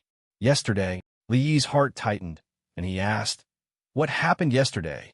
He only remembered that Mingzhu was in a bad mood after learning about her parentage yesterday, so he drank a few glasses of wine with her. He didn't remember what happened after that. Could it be that after getting drunk, some primitive impulse was aroused, and he forced himself on her? She couldn't resist, and then the two of them did something indescribable? After thinking about it, it was impossible. After all, there was still a small gap between his strength and Mingzhu's. Even if his strength was a little enhanced after getting drunk, he was probably still not her opponent. However, if she just resisted symbolically and then gave in half-heartedly, this was also impossible. Imingzu was not that kind of person, and he was not that kind of person either. Li Yi rubbed his eyebrows, but still couldn't remember anything. However, looking at the reactions of Xiao Huan and Rui, it should not be a big deal. Young master, when you came back yesterday, you carried Dwayner on your neck and ran around the yard. You also told Dwayner that when he grew up, he should not marry Princely Xian's Xiao Rui. You said that if he married Xiao Rui, he would not be able to raise his head for the rest of his life. Dwayner was so scared that he cried. A few black lines appeared on Li Yi's forehead. Was this what he did yesterday? Little Rui was the name of Li Xian's daughter. The name of the heir consort had a heart in it, so he made his daughter's name have 3 hearts in it. This was an act of flattery that couldn't be any lower. When he and Rui's first daughter was born, she would be called Li Si or Li Muyi, which was more artistic and meaningful. Si, Muyi, Xiao Rui. Just by hearing it, it was obvious who was better. Xiao Huan looked at him and asked curiously, "Young master, what's wrong with Xiao Rui?" Of course, there was nothing wrong with Xiao Rui's father. Although there was only a difference of 1 word between a princess and a princess, the difference was huge. Marrying a princess was called marrying a princess. Marrying a princess was called marrying a princess. Marrying a princess was not marrying a wife. It was like bringing back an ancestor. He would be looked down upon by the world. A good princess would become a princess, and she would be the eldest princess. No one knew better than him how difficult it was to marry the eldest princess. Of course, things would be much easier if the princess became a princess. Xiao Rui is fine. Li shook his head and said, "I'm just telling Dwayner. Kids shouldn't fall in love at such a young age." Xiao Huan lowered her head, with a soft voice said, "Son-in-law used to not drink outside. When he came back, he would hug and kiss eldest Miss Xiao Huan." Rui blushed and glanced at her. Xiao Huan immediately stopped talking. Li Yi looked at Rui, sighed, and said, "Something happened yesterday." He secretly heaved a sigh of relief. Fortunately, he only carried Li Duan around the courtyard yesterday and did not do anything else. Hugging and kissing eldest Miss was fine. Rui was his wife, as long as he did not do anything to second Miss. Drinking would cause trouble, and he would try to avoid it in the future. Xiao Huan looked up and asked, "Is it about what son-in-law and second Miss talked about?" Li Yi looked up and stared at her blankly. "What I talk about with Rui? Yesterday you ran to second Miss' room, closed the door, and chatted with second Miss for a whole 4 hours." Xiao Huan held her chin with one hand, blinked, and asked, "Son-in-law, what exactly did you and second Miss talk about?" Li Yi also wanted to know what he talked about with Mississippi Lu. So he looked at Mississippi Lu. "Nothing. After you went in, you only said a few words, then you lay down and fell asleep." Mississippi Lu put down her chopsticks and said, "I'm full, and the bed sheet reeks of alcohol." Xiao Huan, remember to have someone wash it later.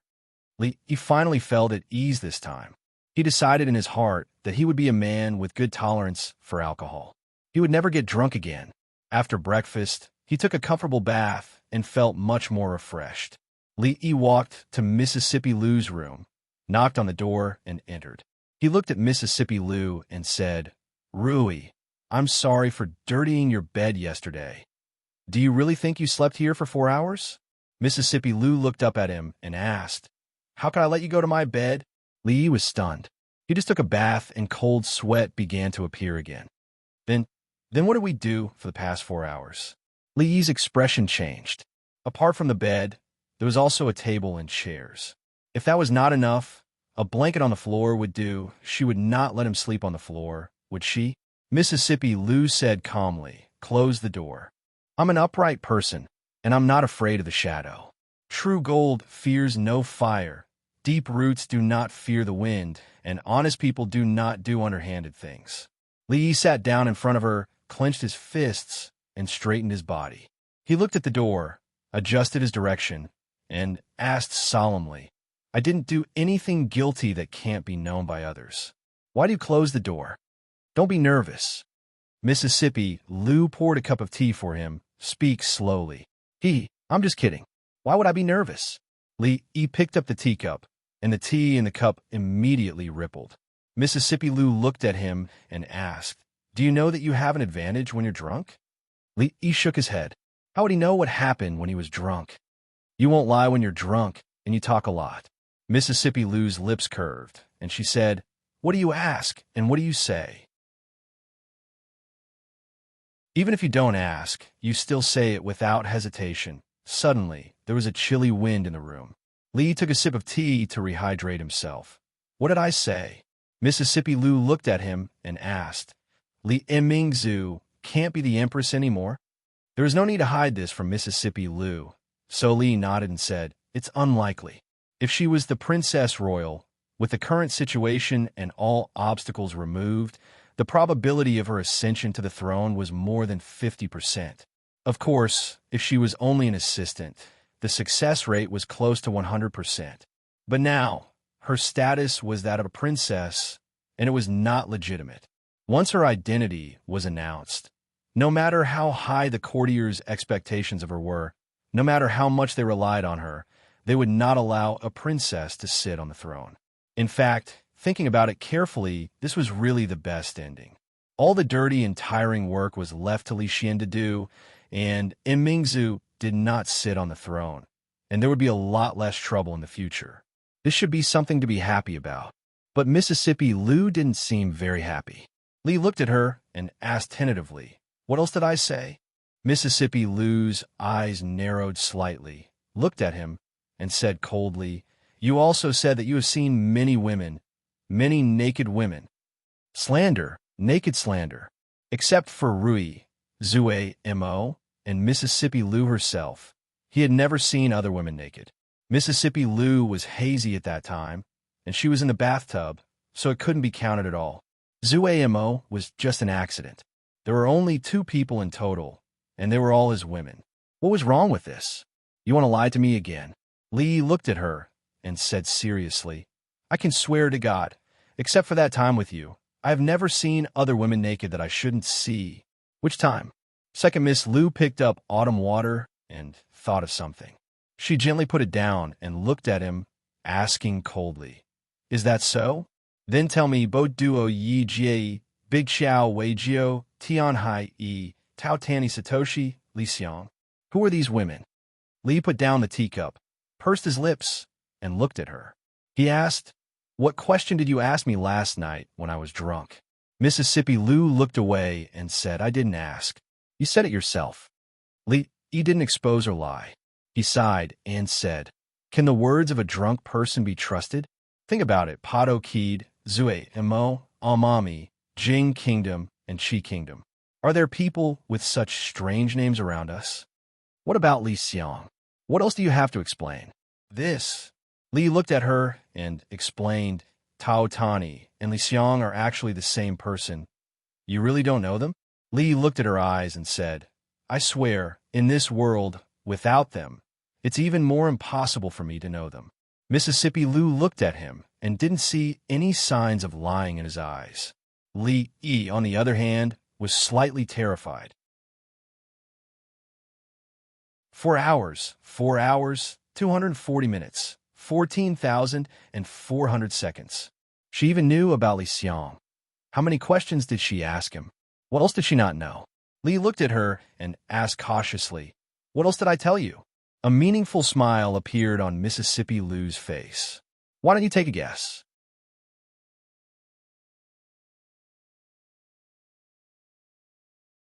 Chapter 944. Mississippi Lou didn't smile often, but when he saw her smile, not only did Li not feel like a spring breeze, but he felt a chill all over his body. The more she said so, the more uncertain he was in his heart. As the old saying goes, people respect each other because of virtue. People make friends because of affection. People follow because of righteousness. People believe because of sincerity. As the old saying goes, I reflect on myself 3 times a day. Am I disloyal to others? Do I not believe in my sister-in-law? Do I not learn from others? This more or less mentioned the integrity or frankness in interpersonal relationships. But as the old saying goes, people should keep a certain safe distance from each other. It was necessary to communicate with others, but even if they were husband and wife, they still needed to leave a certain amount of private space. If there were no secrets between them, it was tantamount to standing naked in front of each other all the time, and they would definitely feel uncomfortable in their hearts. Lee now felt that he was standing naked in front of Mississippi Lou, and he was being scanned by her invasive eyes and scrupulously. For hours. Only God knows what she had asked and what he had said to her. This was taking advantage of someone's perilous state. This was looting a burning house. This was an extremely immoral act. How could she do this? Lee looked away and said, Don't look at me like that. I'm not afraid of ghosts knocking on the door if I haven't done anything wrong. Mississippi Lou looked at him with a faint smile and asked, I didn't say anything. What are you afraid of? Lee's face became serious. Although he was often bullied by Mississippi Lou, he never took it to heart. But this time, she really went a little too far. He looked at Mississippi Lou and asked calmly, Since I said so much last night, did I tell you about that thing? Seeing that Lee's expression was unprecedentedly serious, Mississippi Lou's face also became dignified. She asked, What thing? Let me tell you. Lee suddenly held her hand and said, I like you. Time seemed to freeze for a moment. Lee could clearly feel the expression on Mississippi Lou's face freeze, and a trace of panic flashed across her beautiful eyes. Then, she quickly withdrew her hand that he was holding. She looked at Lee and forced herself to calm down. She clenched her fists and said, If you keep talking nonsense like this, I might hit you. Even if you beat me to death. Lee looked at her and said, It won't change the fact that I like you. I've read many books, but the one I like the most is you. Lee continued to look in her eyes and said, I know this is wrong. I like you without permission. I'm sorry, but no one can control this kind of thing. Are you done? Mississippi Lou's expression became calm. She looked at him and said lightly, After last night, you no longer have any secrets with me. Do you think I will believe what you said? Being exposed in front of him, Lee naturally couldn't pretend anymore. He walked out of the room gloomily. However, he felt much more relaxed in his heart. It was obviously a lie to say that he no longer had any secrets with her. If she really knew all his secrets, how could she not know that what he said just now was not a single lie? It was a clumsy trick that couldn't be any clumsier. The only strange thing was that she didn't choose to hit him directly. It seemed that her temper had been much more restrained these days. If it was in the past, she would have torn himself and the table apart. In the room, Mississippi Lou calmly retracted her hand from the corner of the table and put the broken corner on the table. She picked up a cup of tea, and circles of ripples immediately rippled in the teacup. Outside the door, as soon as Lee walked out, a voice slowly came from behind him. What you said to Rui just now, I have never heard of it before. He turned around and saw Rui standing on the other side, walking towards him. She looked at Lee, shook her head, and said, Don't always bully Rui, husband. If you make her angry, I can't stop her. When that time comes, I'm afraid that you will suffer again. Lee was very disappointed. It was Mississippi Lou who bullied him first. He only fought back a little, but Rui actually asked him to give in to her and not bully her. In all honesty, did she need him to give in to her? Moreover, she was a guru. How could she not stop Mississippi Lou? Her elbow was pointing outwards. No, she didn't know whether it was toward the inside or the outside. They were all a family, and they should focus on the vulnerable. Her sister was related, but her husband was not. Moreover, those words that were used to flirt with girls were obviously not said by a decent person. What was she envious of? The words that they usually said secretly in the boudoir were much more inappropriate. Feeling indignant, he went out of the house and went straight to the palace. He was still a little worried about Immerse. After all, he had experienced this kind of melodramatic life experience. Immerse was different from him, and her feelings must be more complicated and uncomfortable. When he walked in the morning dew hall, he found that Tsang Shichen was also there. Immerse sat on the top and said, These days those gossips in the court, stop them from spreading. The gossips in the court were naturally about the matter of Prince Jean inheriting the throne and Princess Royal continuing to take over the government. He was indeed the one who pushed this matter forward. Now that the momentum had been formed with great difficulty, Her Highness wanted to stop it. Tseng Shichen was stunned when he heard this, and couldn't help but say, "Your Highness, there is no need to discuss this matter anymore." And Mingzu waved her hand and said, "If there is nothing else, you can leave first." "Your Highness, Your Highness." Tseng Shichen looked up and could only bow and leave. When he came, he was full of enthusiasm, but when he left, his mind was heavy. He naturally saw Li Yi who came in. When he passed by, he whispered, "I will wait for you at Zumo's place." Li looked at him and nodded slightly. An unexpected turn of events had occurred, and they needed to give him a good explanation. Li Yi walked over and looked at Mingzi. He thought for a moment and asked, "Yesterday?" And Mingzi looked up at him and said, "You'd better not drink in the future." Li thought for a moment and couldn't help but ask, "I didn't do anything to you yesterday, did I?" Seeing that Princess Royal was looking at him with a strange look, he immediately changed his words and said, "I mean, I didn't say anything that I shouldn't have, right?" And Mingzu looked at him and asked, "Which one are you referring to?" Li Yi was very curious. He had heard about losing a part of his memory when he was drunk, but how many cups did he drink yesterday? He looked at Princess Royal and asked, "Why didn't you persuade me yesterday?" And Mingzi looked at him and said, "I thought it was interesting when you were drunk, so I made you drink a few more cups." It seemed that after two people got along for a long time, their personalities would indeed be a little affected by each other. At least this was the case for Mississippi Lu and Princess Royal. She used to be such a pure and kind real princess, but now, he didn't know if he took the opportunity to take advantage of her or something after he got her drunk yesterday. And Mingzi looked at him and said, "I will remember what you said yesterday."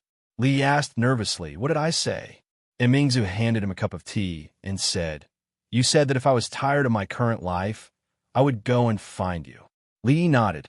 As a friend, it was normal for him to say that. "You also said at that time," Li's heart trembled and he asked, "At that time what?" A palace maid came in from outside and said, "Your Highness, His Highness, and Princess Consort are here." Li actually wanted to ask what else he said yesterday. It was very likely that the last sentence was the main point, but Prince Ning had come. At the most inappropriate time, he could only stand up and greet him.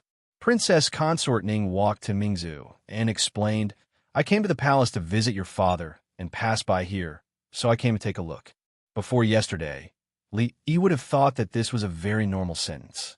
But now, including Princess Consort Ning's expression and eyes when she looked at Mingzu, everything was so full of loopholes. Mingzu had just left the court and was wearing the court clothes.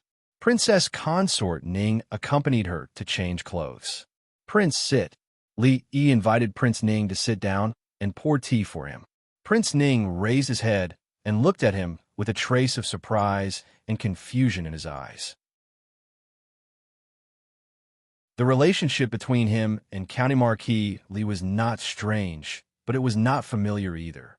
Although he appreciated him very much in his heart, County Marquis Li always had a faint alienation and resistance to him, a prince, and kept him thousands of miles away. This time, for some reason, he was especially enthusiastic.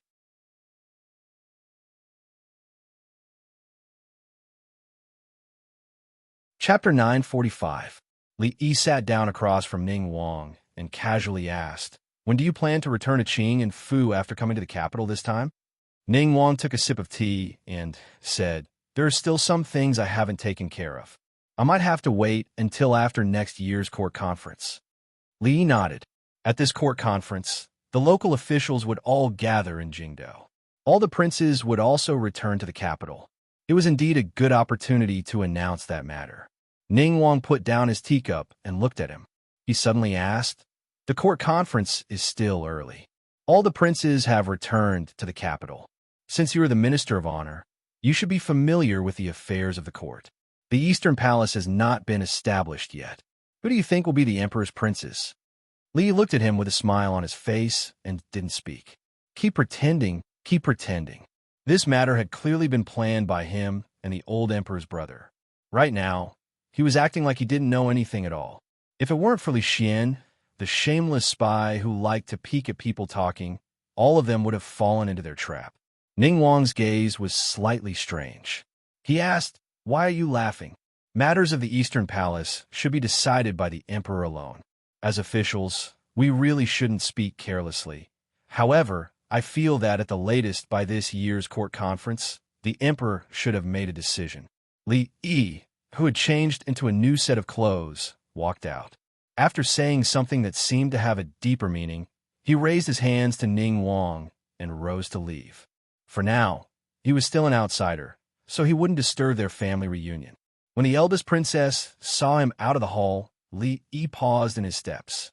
He lowered his voice and asked, "Yesterday I said that when you get tired of it, you can come find me." And then, the eldest princess, who had already walked to the door of the hall, paused and then turned. There was a smile on her face that Li Yi had never seen before. "Why don't you guess? Guess your sister. Where did you learn all these bad habits? You're the same as Lu Rui." Li Yi turned around and strode away without looking back. As a man, once a word was spoken, it was impossible to go back on it. Words that were spoken were like water that had been spilled. Even if it was said under the influence of alcohol, he had to be responsible for it. Thinking about it, Emingzu would not simply fabricate something to deceive him at that time.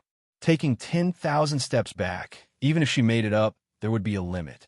She couldn't possibly tell him that after he got drunk yesterday, he said, "When you're tired of me, come find me, I'll marry you," right?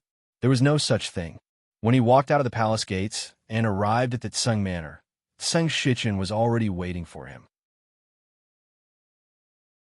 Why did His Highness suddenly say those words? What did he mean? What exactly happened?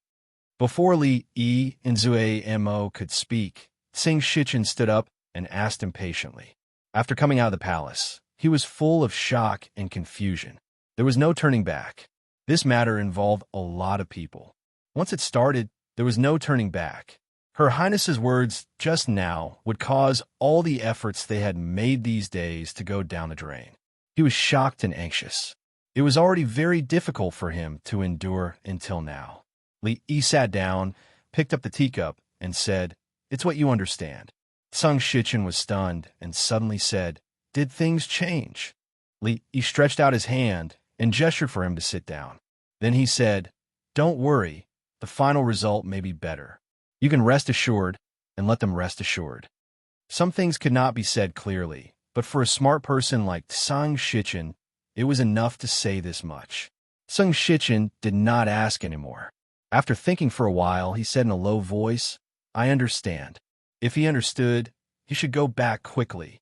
These days, the Ministry of Revenue and the capital governor's residence were not busy. As the boss of the two departments, he actually had the free time to sit here and drink tea. If people saw him, they would think he was slacking off again. Of course, they were all polite people, and he could not speak so bluntly. Li Yi pointed to the teapot and said, "There should be no business in the yamen. It's still early. Would Lord Tseng like another cup of tea?" Tseng Shichen nodded. "Thank you, Lord Li."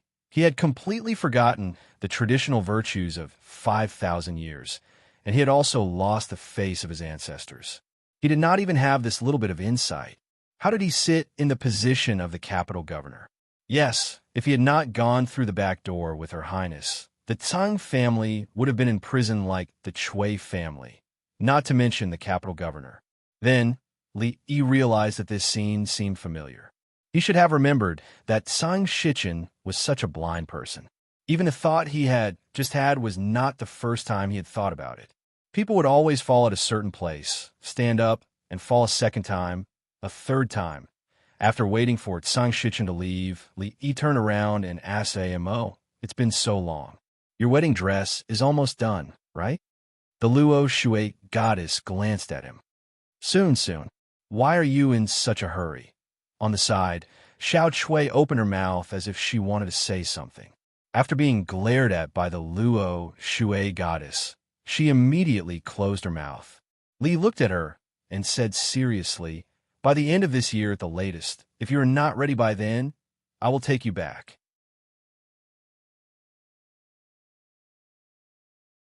Taking a woman in broad daylight. Tsang O looked at him with disdain and said, "Lord Li, you are the head of the Mathematics Academy, a doctor, a county marquis, not a robber. Aren't you afraid of being laughed at by the whole capital? There's one thing you're wrong about." Li looked at her and said with a smile, "What doctor? What county marquis? These are all my part-time jobs. In fact, my real job is really a robber." He picked her up by the waist and put her on his shoulder. Ignoring her panicked patting on his back, he strode into the room. When he walked in, he looked back and said, "Xiao Chui, close the door." "Got it." Xiao Chui ran over excitedly and closed the door. Then, she sat in the corridor with a silly smile on her face. This time, she didn't put her ear on the door to eavesdrop because she knew that even if she did, she wouldn't hear anything. However, at the end of the year, she might be able to hear it. She was happy but also worried. The little servant girl, named Xiao Huan in Li's family, was very favored. If she went there, would she be bullied? If Xiao Zhu went with her, the two of them shouldn't be afraid of her. Miss was also alone. If Sister Ruoqing went with her, that would be the best. There would be no difference from now. When Li Yi saw Li Xin again, it was already 3 days later. His clothes were disheveled, and he looked haggard. 2 dark circles hung on his face, which was especially conspicuous. He looked like a frosted eggplant. He sat opposite Li Yi and gulped down a pot of tea. Looking into his eyes, he asked seriously, "Can I really not escape?" Li Yi nodded his head. As the heir of Ning Wang, he could escape many things. But as the crown prince, as the emperor, he had to bear what he had to bear. Li Xian lay on the chair in frustration. "Damn it! Who are you scolding?" Li looked at him and asked, "Ning Wang or His Majesty?" Li Xian sighed, "Scolding me." Li could not empathize with the situation, but he could understand it very well. Li Xian wasn't a person suitable to be the emperor. That position, to him, was only a restraint, only a burden. What he yearned for was a bigger and more open sky, a sky that no one in this world had ever seen before. Thinking about how he would be the emperor, it was unimaginable. "Say, can I tell Imperial Father that I don't want to be the emperor and let Li Han be, he's still a child." Then say, "Can it be like what we originally planned, me being the emperor and handing over the court to Mingzhu, just like now? With Mingzhu's influence in the court and among the people, aren't you afraid that she will really become the empress and make you a mere figurehead for the rest of her life, or even just abolish you and ascend the throne herself?" Li Xian's eyes showed yearning as he muttered, "That would be the best. At the beginning, didn't we also think that way?" Li Yi thought for a moment, then looked at him and said, "You wish."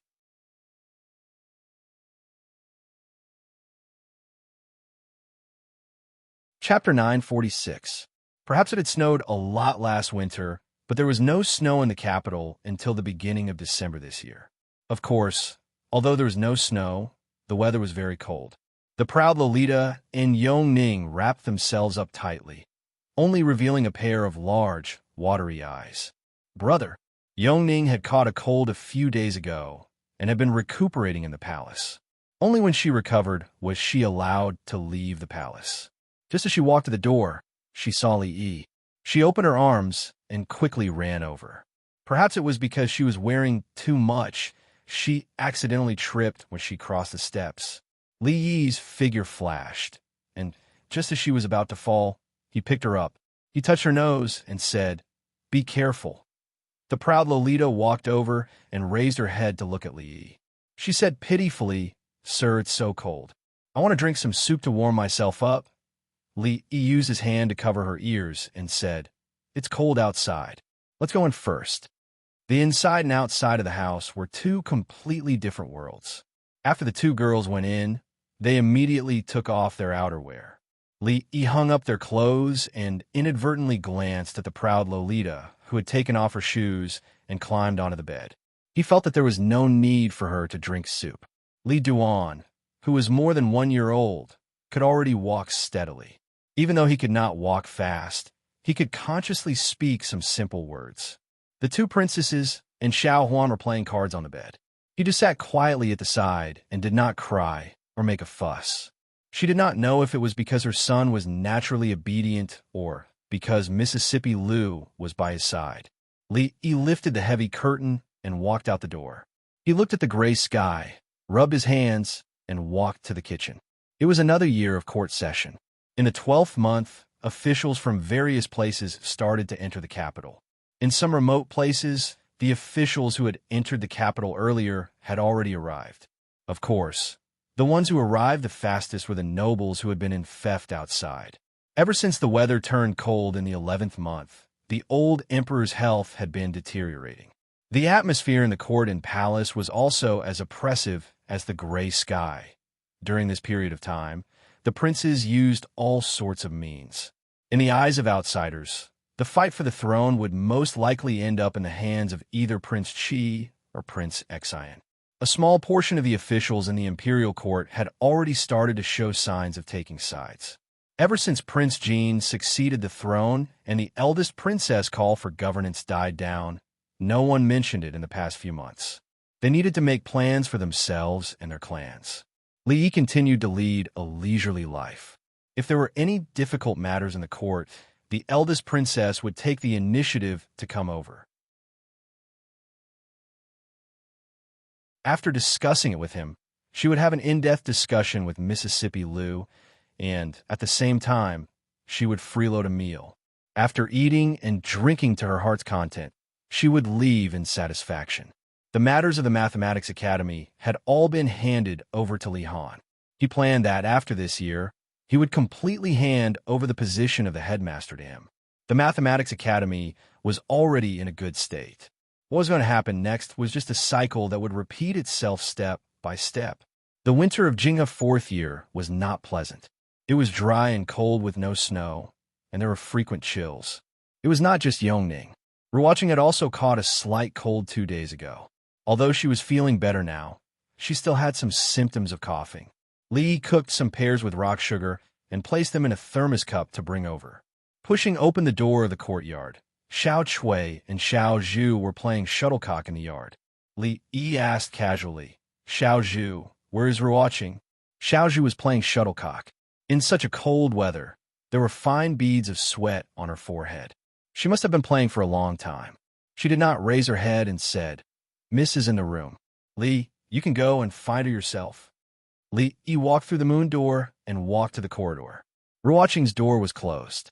She should be resting. The thermos cup could keep her warm for a long time. Li Yi did not disturb her immediately. He pushed open another door, walked straight into Zue Mo's room, and put the things on the table. Looking at the bed, he found that she was still sleeping. It was not early. Even if it was a lunch break, she should have gotten up. Li Yi walked over and said, "Get up, the sun is shining on your butt, you still sleep." The person on the bed was motionless. "If you don't get up, I will go up," Li Yi said as he walked to the bedside. Seeing that there was still no movement from the bedside, he first rubbed his hands to warm them, then reached under the quilt, reached under her neck, and put one hand through her legs, carried her horizontally, kissed her gently on the neck, and whispered, "Get up.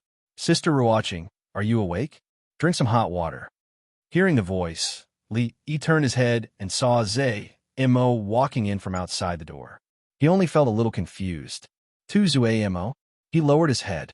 He did not know when a woman in his arms had changed from Zue Mo to Ruoqing. Her back was originally facing him. When he picked her up, he only cared about kissing her and did not pay attention to her face. Her eyelashes fluttered, and she slowly opened her eyes. There was still a trace of confusion in her eyes. She looked up at Li Yi, and a smile appeared on her face. She reached out and put her hand on Li Yi's face, murmuring, "Is it another dream?" Zue Mo stood at the door, looking straight at him and asked, "What are you doing?" Holding Ruoqing in his arms, Li looked at Zue Mo and murmured, "What am I doing? Come here." Zue Mo glared at him and turned to walk outside. Li looked down at Ruoqing and said with a bitter smile, I didn't do it on purpose."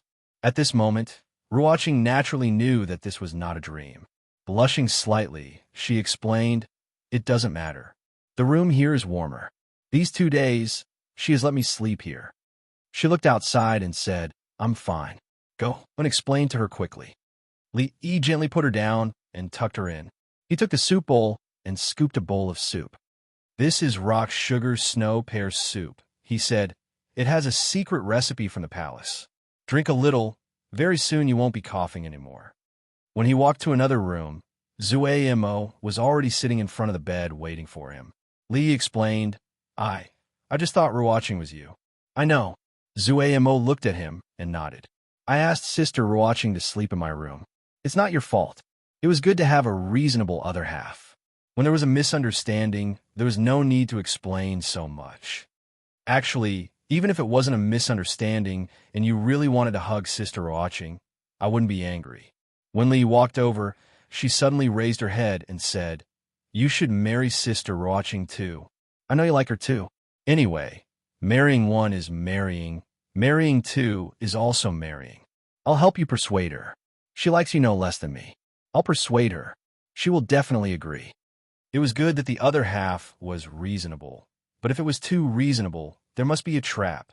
The reason Lee could live well until now was that he was used to all kinds of tricks and would not fall into such a clumsy trap. Lee frowned and said, What nonsense are you talking about? You. Zuamo looked at him and said seriously, I'm not talking nonsense. She and you started earlier than me. She liked you earlier. I stole the person she likes. I'm sorry for her. Acting was a piece of cake for her and rewatching. Lee naturally would not be fooled by the surface. He shook his head and said, Don't think too much all day. I peeked at Sister Rewatching's diary. I know how she feels about you. I know how much she likes you. Speaking of the diary, memories that were almost forgotten surfaced, and Lee's heart began to tangle again. Zuamo looked up at him and asked, You know all this too, right? Lee was silent. Zuamo looked at him and said slowly, Sister Watching has suffered so much. You cannot let her down. Lee took a deep breath and looked at her. He said seriously, I have never thought of letting her down, nor have I thought of letting you down. Good. You really have such thoughts. You have always been thinking about Sister watching you. As soon as Lee's voice fell, a slender hand climbed up his ear. Zuamo looked at him like an angry little tiger. Besides anger, her face was full of disappointment and regret. Lee was stunned on the spot. Could this be a series of traps, a trap within a trap? However, the hand that was pinching his ear did not exert any force. Her face instantly changed from disappointment and regret to a smile. She asked, Look, did I act well? I can even sing on stage, right? Lee's face turned from white to red and then to green. He looked at her and gritted his teeth. Yes, like a demon. He picked up the demon by the waist, threw her on the bed, and immediately pounced on her. Then there was a series of smacking sounds. I'll let you act. Act on stage. I'll let you act again. You are the biggest bad guy in the world. After a moment, she leaned against Lee's chest and rubbed her, but with some grievance. She murmured, You bad guy, if you let us down, I will bite you to death. Hiss. Lee sucked in a breath and said in pain, You can't bite that place.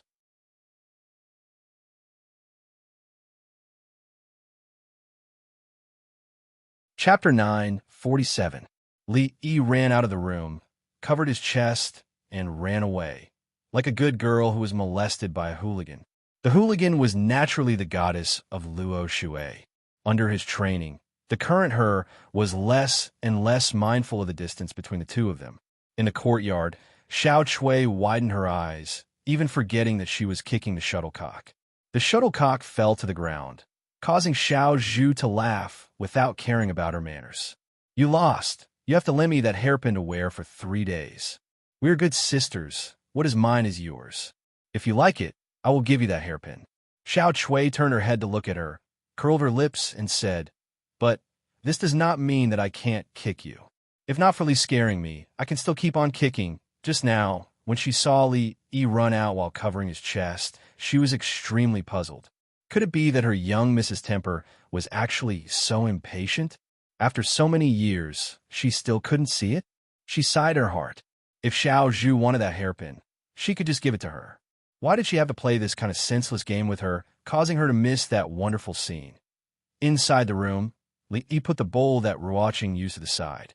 He took a pillow and let her lean behind him, so that she wouldn't feel uncomfortable sitting down. Then, he sat down beside her and asked, Do you feel better? She nodded her head. Much better. Li Yi reached out his hand and touched her smooth forehead. It was no longer hot, just a little cough and weak body. She would recover after a few days of rest. Li Yi helped her pull up the quilt and said, "These few days, you should rest well at home. Don't go anywhere.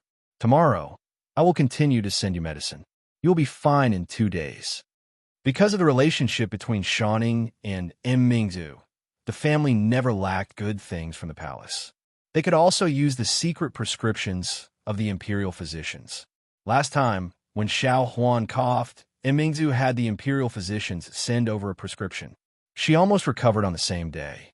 Wan Ruoqing didn't refuse and just nodded obediently. On the contrary, Li Yi was somewhat puzzled. She was usually polite to everyone. Every time he wanted to do something for her, she was always worried that it would trouble him and refused in every way possible. This time, she was actually so obedient. However, it's better for girls to be obedient. Obedient girls are likable. Disobedient girls, like Mississippi Lou, are likable too. Of course, he didn't know that the 2 rooms were adjacent to each other and had opposite layouts. If there wasn't a wall beside the beds in the 2 rooms would be connected. And this wall was only made of wooden planks. In the past, when she, Anze, and Mo slept in separate rooms, they could hear each other even if they whispered through the wall at night. They often used this method to chat late into the night. Li Han walked to Li Xian's side and asked mysteriously, "Brother Xian, did the teacher really say that I'll be the dean after the new year? He should be at your eldest royal sister's place now. You can ask him yourself, and you'll know." Li Xian walked slowly into the hall, took out something from his arms, and said with a smile, "Uncle Huang, the Academy of Sciences has developed a kind of ingenious gadget. It's very interesting. I'll show it to you." Li Han scratched his head. He naturally didn't dare to ask in person. Although the teacher was usually unbelievably kind, those nightmarish feelings in the past were still very vivid to him when he recalled them. It took a lot of courage to ask him this kind of thing. Emperor Jing, who was leaning against the wall, did not speak. Ning Wang raised his eyes to look at him and said, "I have told you before that these obscene techniques are unorthodox. You should read more about the classics and history. It is the proper way to govern a country." "Father, you're wrong." Li Xian smiled and said, "Heavenly punishment is not a way to govern a country. The water wheels that cover the outskirts of the capital during a drought are also not a way to govern a country.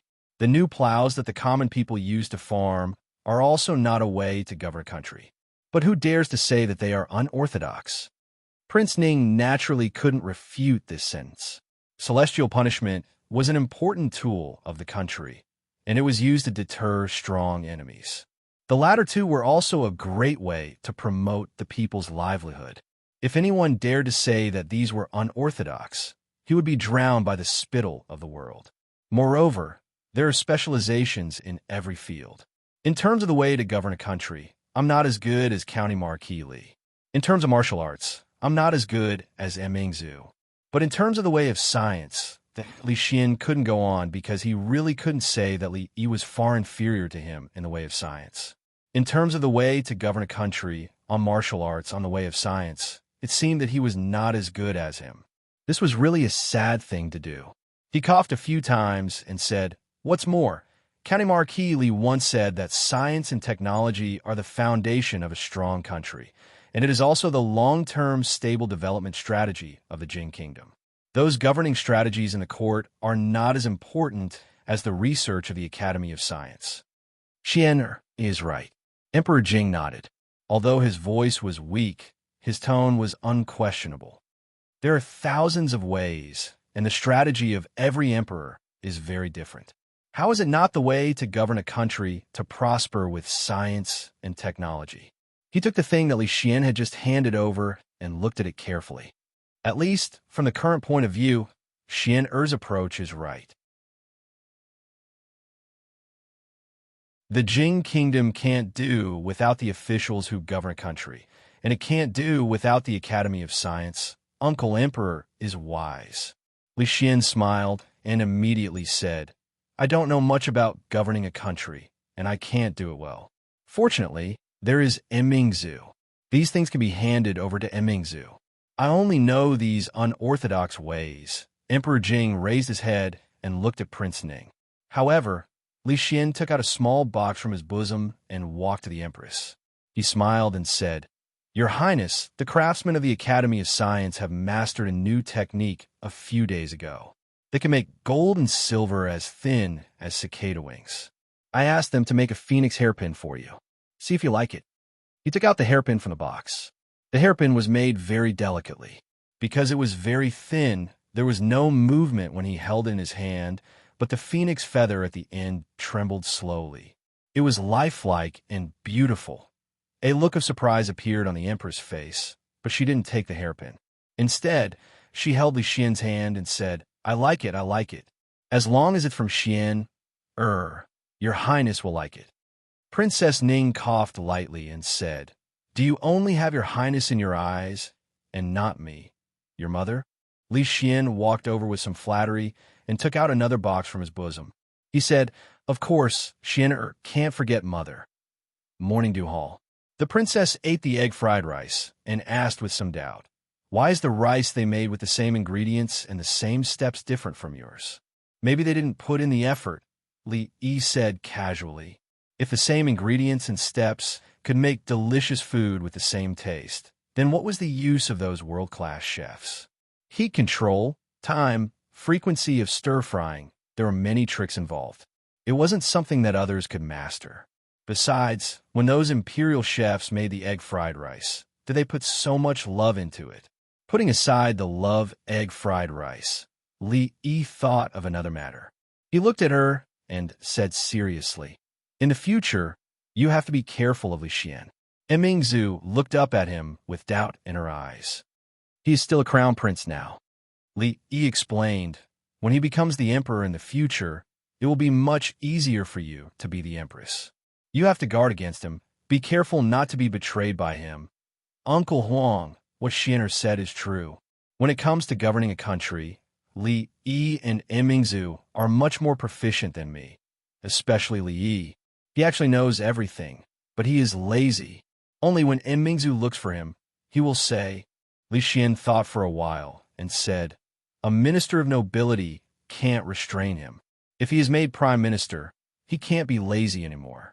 With the two of them working together, there is no problem that our Jing kingdom can't solve." Li Xian was very excited. Emperor Jing smiled and looked at him. He suddenly said, "Since Xianer knows, you still won't call me imperial father?" Li Xian's expression froze, and his voice stopped abruptly.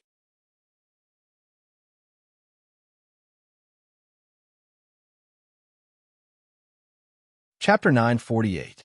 Li Yi felt that he needed to remind Mingzu to be wary of Li Xian. In order not to become an emperor, he would do anything. He might even betray Mingzu in the blink of an eye. Just as he said this, he saw Li Han walk in from outside. He walked to his side and whispered, "Sir, are you going to give me the position of the dean of the School of Mathematics?" Li looked at him and asked, "Who said that?" Although the position of dean would be given to him sooner or later, he could not take it before he said it. This was like the throne. Once he said it, it would not be giving up the position but usurping it.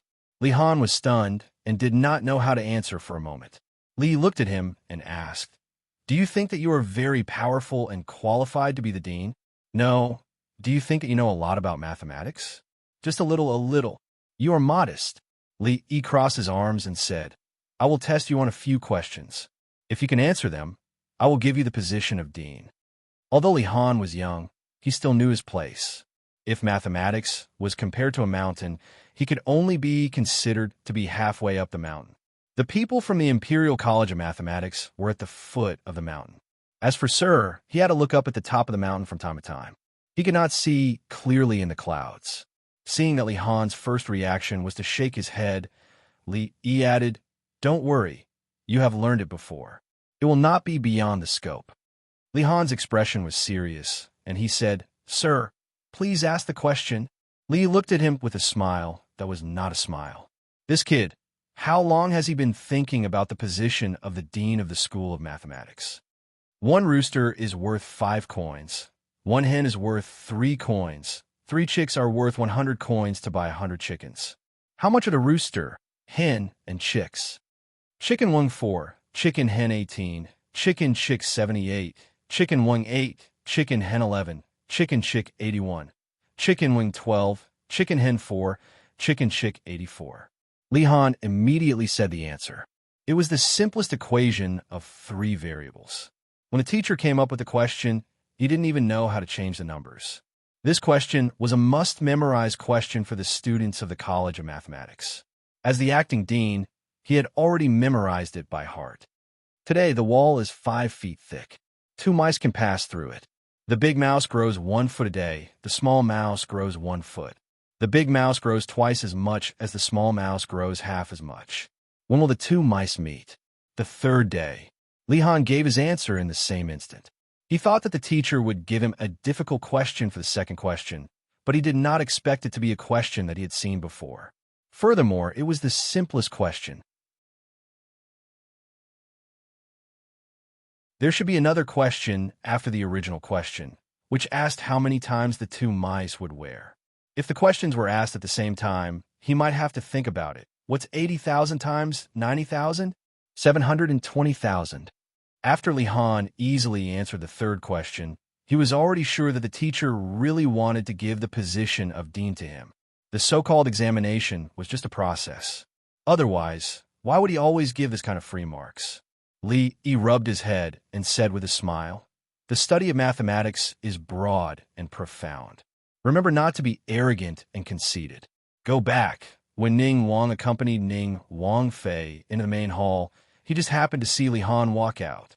Seeing his dejected appearance, Ning Wang Fei asked with concern, "Little Han, what's wrong? Did someone bully you?" No one bullied me. It's because I'm too stupid. Even the simplest calculation could be wrong." And he still wanted to be the dean. Lihan shook his head. He endured the shame in his heart and left with his head lowered. Mingzu.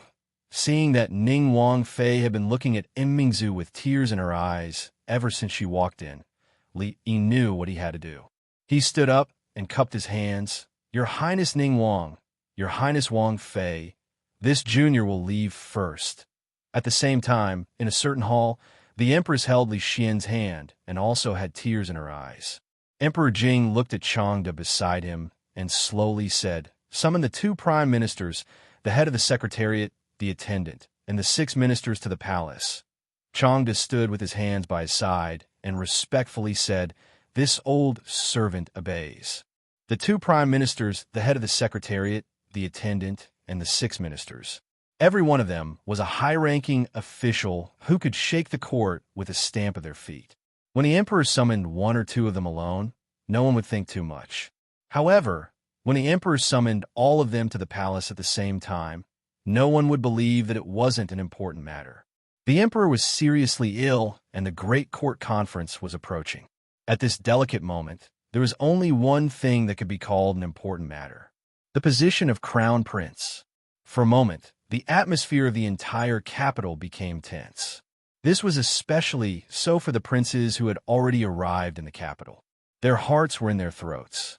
All of their fates might change today. Countless gazes were focused on the palace gate. The 10 officials of the imperial court only came out of the palace at night. However, after leaving the palace, each of them directly returned to their residences in their carriages and closed the doors, refusing to meet any guests. Regardless of whether it was the princes or the high-ranking officials in the capital, they refused to meet any of them. This undoubtedly made the entire matter even more confusing. Prince Qi's residence. Prince Qi, who had been regarded as a popular candidate to seize the throne, was now enraged. He smashed a few cups and said angrily, "What did father say to them? He actually refused to meet any of them. What does he mean by this?" Someone behind him came forward and comforted him. "Your Highness, there's no need to worry. We didn't meet Prince Xian either. After those lords returned, they refused to meet any guests." After hearing this, Prince Qi felt slightly more at ease. He was not afraid of not meeting him. What he was afraid of was not meeting Prince Xian or the other princes. The meaning behind this was very clear.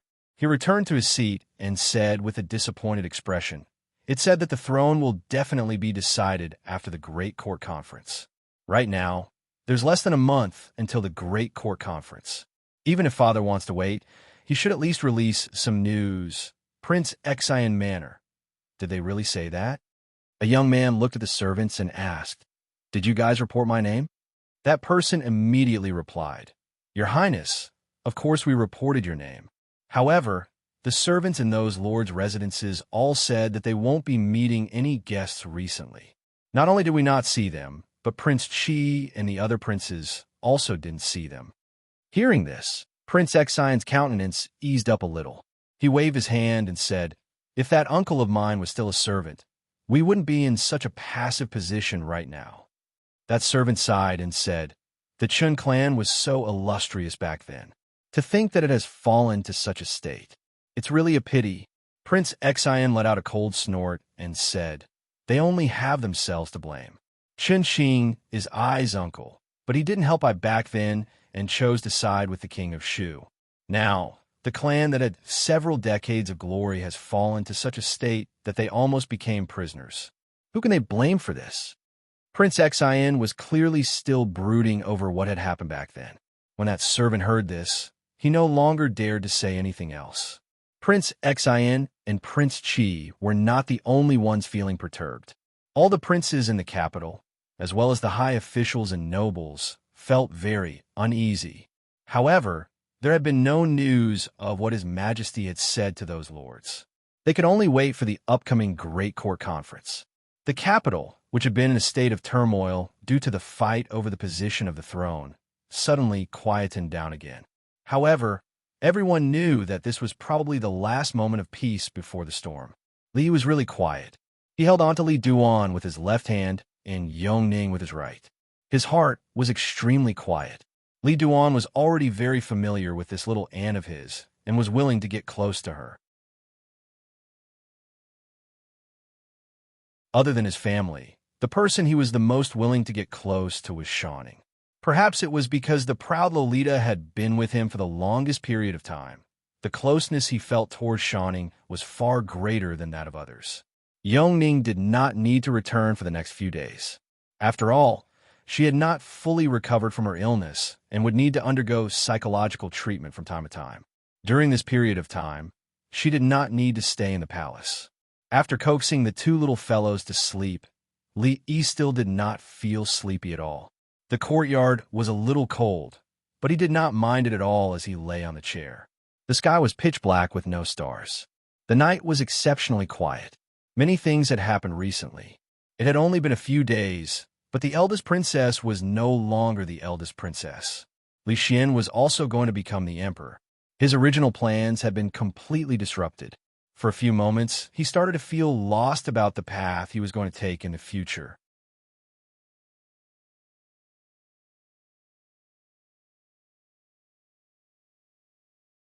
Chapter 949. It was already the 20th of the 12th lunar month. In another 10 days, it would officially enter the 5th year of Jinghe. Many high-ranking officials and dignitaries in the capital had already begun to busy themselves with the New Year's festival. The common people were naturally busy as well. While they were busy, they couldn't help but feel a little worried. The weather seemed to be colder than in previous years, but there was no snow in the capital this year. Not only the capital, but there was no snow in the 13 states of the Gyeonggi region. For experienced farmers, they naturally knew what this meant. If it didn't snow this winter, the harvest next year would not be optimistic. Ruoqing's body had recovered. During the new year, the business of the brothel became more and more busy, but Zhe and Mo kept a close eye on her and didn't allow her to manage those things. She was gentle, so she naturally couldn't dissuade Zue and Mo. The two of them just went out to buy some New Year's goods. Sometimes it was 3 people, and Li Yi played the role of carrying the bags. It was a happy thing to carry the bags for his woman. These things didn't need servants or guards to do for him. According to his original plan, this year's reunion night should be spent with the family. However, Zue Mo's wedding dress had not been finished for a long time. There was no good time to tell Ruoqing. The imperial court meeting was approaching. It was not difficult to imagine that the whole capital would directly explode at that time. Li Yi himself didn't know how many things he had to do. He couldn't choose to do things with them at such a hasty time. After walking half a street, he had already carried a lot of things in his hands. Zuamo and Ruoqing walked in front, and he and Su walked behind. Ever since he started hanging out with second-grade uncle, Li Yi realized that elder Su had started to become neurotic.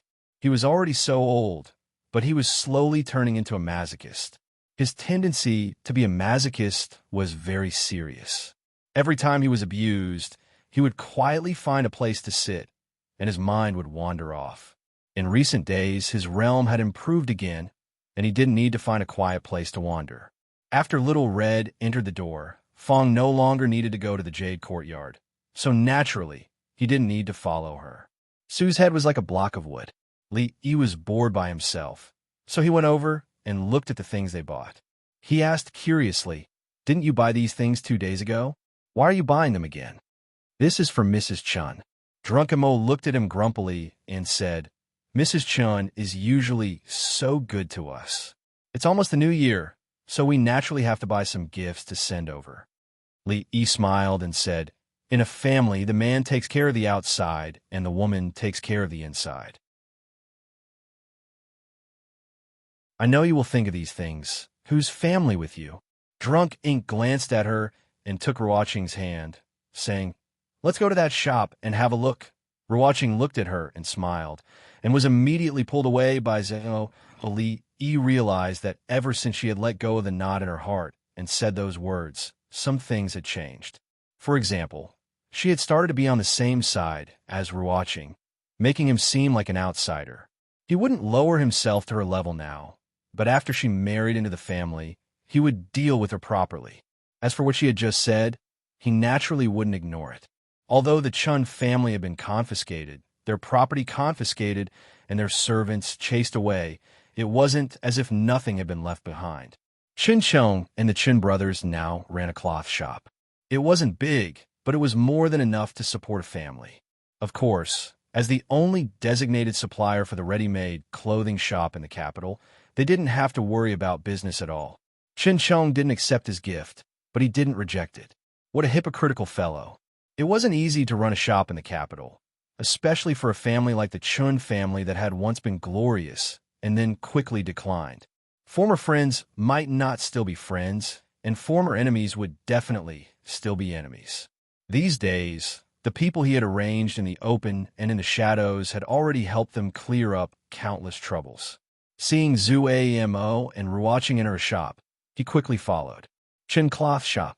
This was a newly opened cloth shop in the capital. Its name was Ordinary, but the people who opened it were not ordinary at all. Once the House of Duke, the Chin family had 2 sons. One was a minister, and the other was a third-rank attendant. They had countless friends and had unparalleled influence in the capital. They were the people that most of the common people and even the nobles looked up to. But that was then, and this was now. The present Chin family was just a commoner's family, no different from the majority of the people in the capital. The common people often talked about the prosperous poor, but they loved to see the nobles in distress even more. Every day, many people would come here, not to buy cloth, but to see what the once glorious Chin family had fallen to. After Chin Chong entered the shop, he waved his hand and said, "Li Jun, these rolls of cloth were ordered by a customer yesterday. They will be coming to collect them soon. Move them over there." Yes, Chun Li Jun, who had once been one of the capital's greatest profligates, was now wearing extremely ordinary clothes. Hearing this, he immediately ran over, strenuously picked up the rolls of cloth, and placed them on the other side of the shop. Chin Chong lifted a curtain and walked into a small room inside. Frowning, he said, "Meow you, didn't I tell you to rest at home? Why are you here again?" Among the women, third Miss Chin looked back and shook her head. "It's so boring staying at home. Why don't you come over and teach them how to embroider? If you feel bored, let Shio accompany you to the brothel to watch a show. I heard that there's a new show going on there recently." "It's fine, second brother. I can only feel at ease if I have some work to do." Chin Chong looked at her, shook his head slightly, and finally said no more. Inside the shop, seeing that another customer had come in, Chun Li-jun hurriedly got up, walked over, and asked, "Sir, are you looking around?" Or a young man smiled and said, "To collect the goods." Chun Li-jun nodded his head and said, "Please show me your bill." The young man took out a piece of paper from his bosom. Chun Li-jun glanced at it, then walked to the other side and quickly came back with a roll of cloth. He said, "This is your cloth. Please check it. If there's no problem, just pay the balance." The young man opened the roll of cloth and turned it around to examine it. He asked, "Is this cloth sturdy? Don't pass it off as good. If it's not sturdy, I won't pay." Chun Li-jun smiled and said, "Sir, don't worry. In the entire capital, you won't be able to find cloth as sturdy as ours. Rip." The young man stretched out his hand and lightly tore the cloth in his hand. He threw the roll of cloth on the ground, looked at Chun Li-jun, and asked, "This is the sturdiest cloth in the capital?" Chun Li-jun stared at him in a daze. In terms of patterns, the cloth here could not compare to other places, but in terms of sturdiness, this was already the best in the capital. Who would have thought that the person before him would be able to casually tear this cloth apart with his bare hands? The young man took out a few more pieces of paper and handed them to another shop assistant. He asked, "These are the other rolls of cloth I ordered from you yesterday. Where are they?" The shop assistant pointed in a direction in a daze and said, They're all over there." The young man strode over, opened a roll of cloth, and lightly tore it. After a sound like silk tearing, he casually threw the roll of cloth away and stepped on it.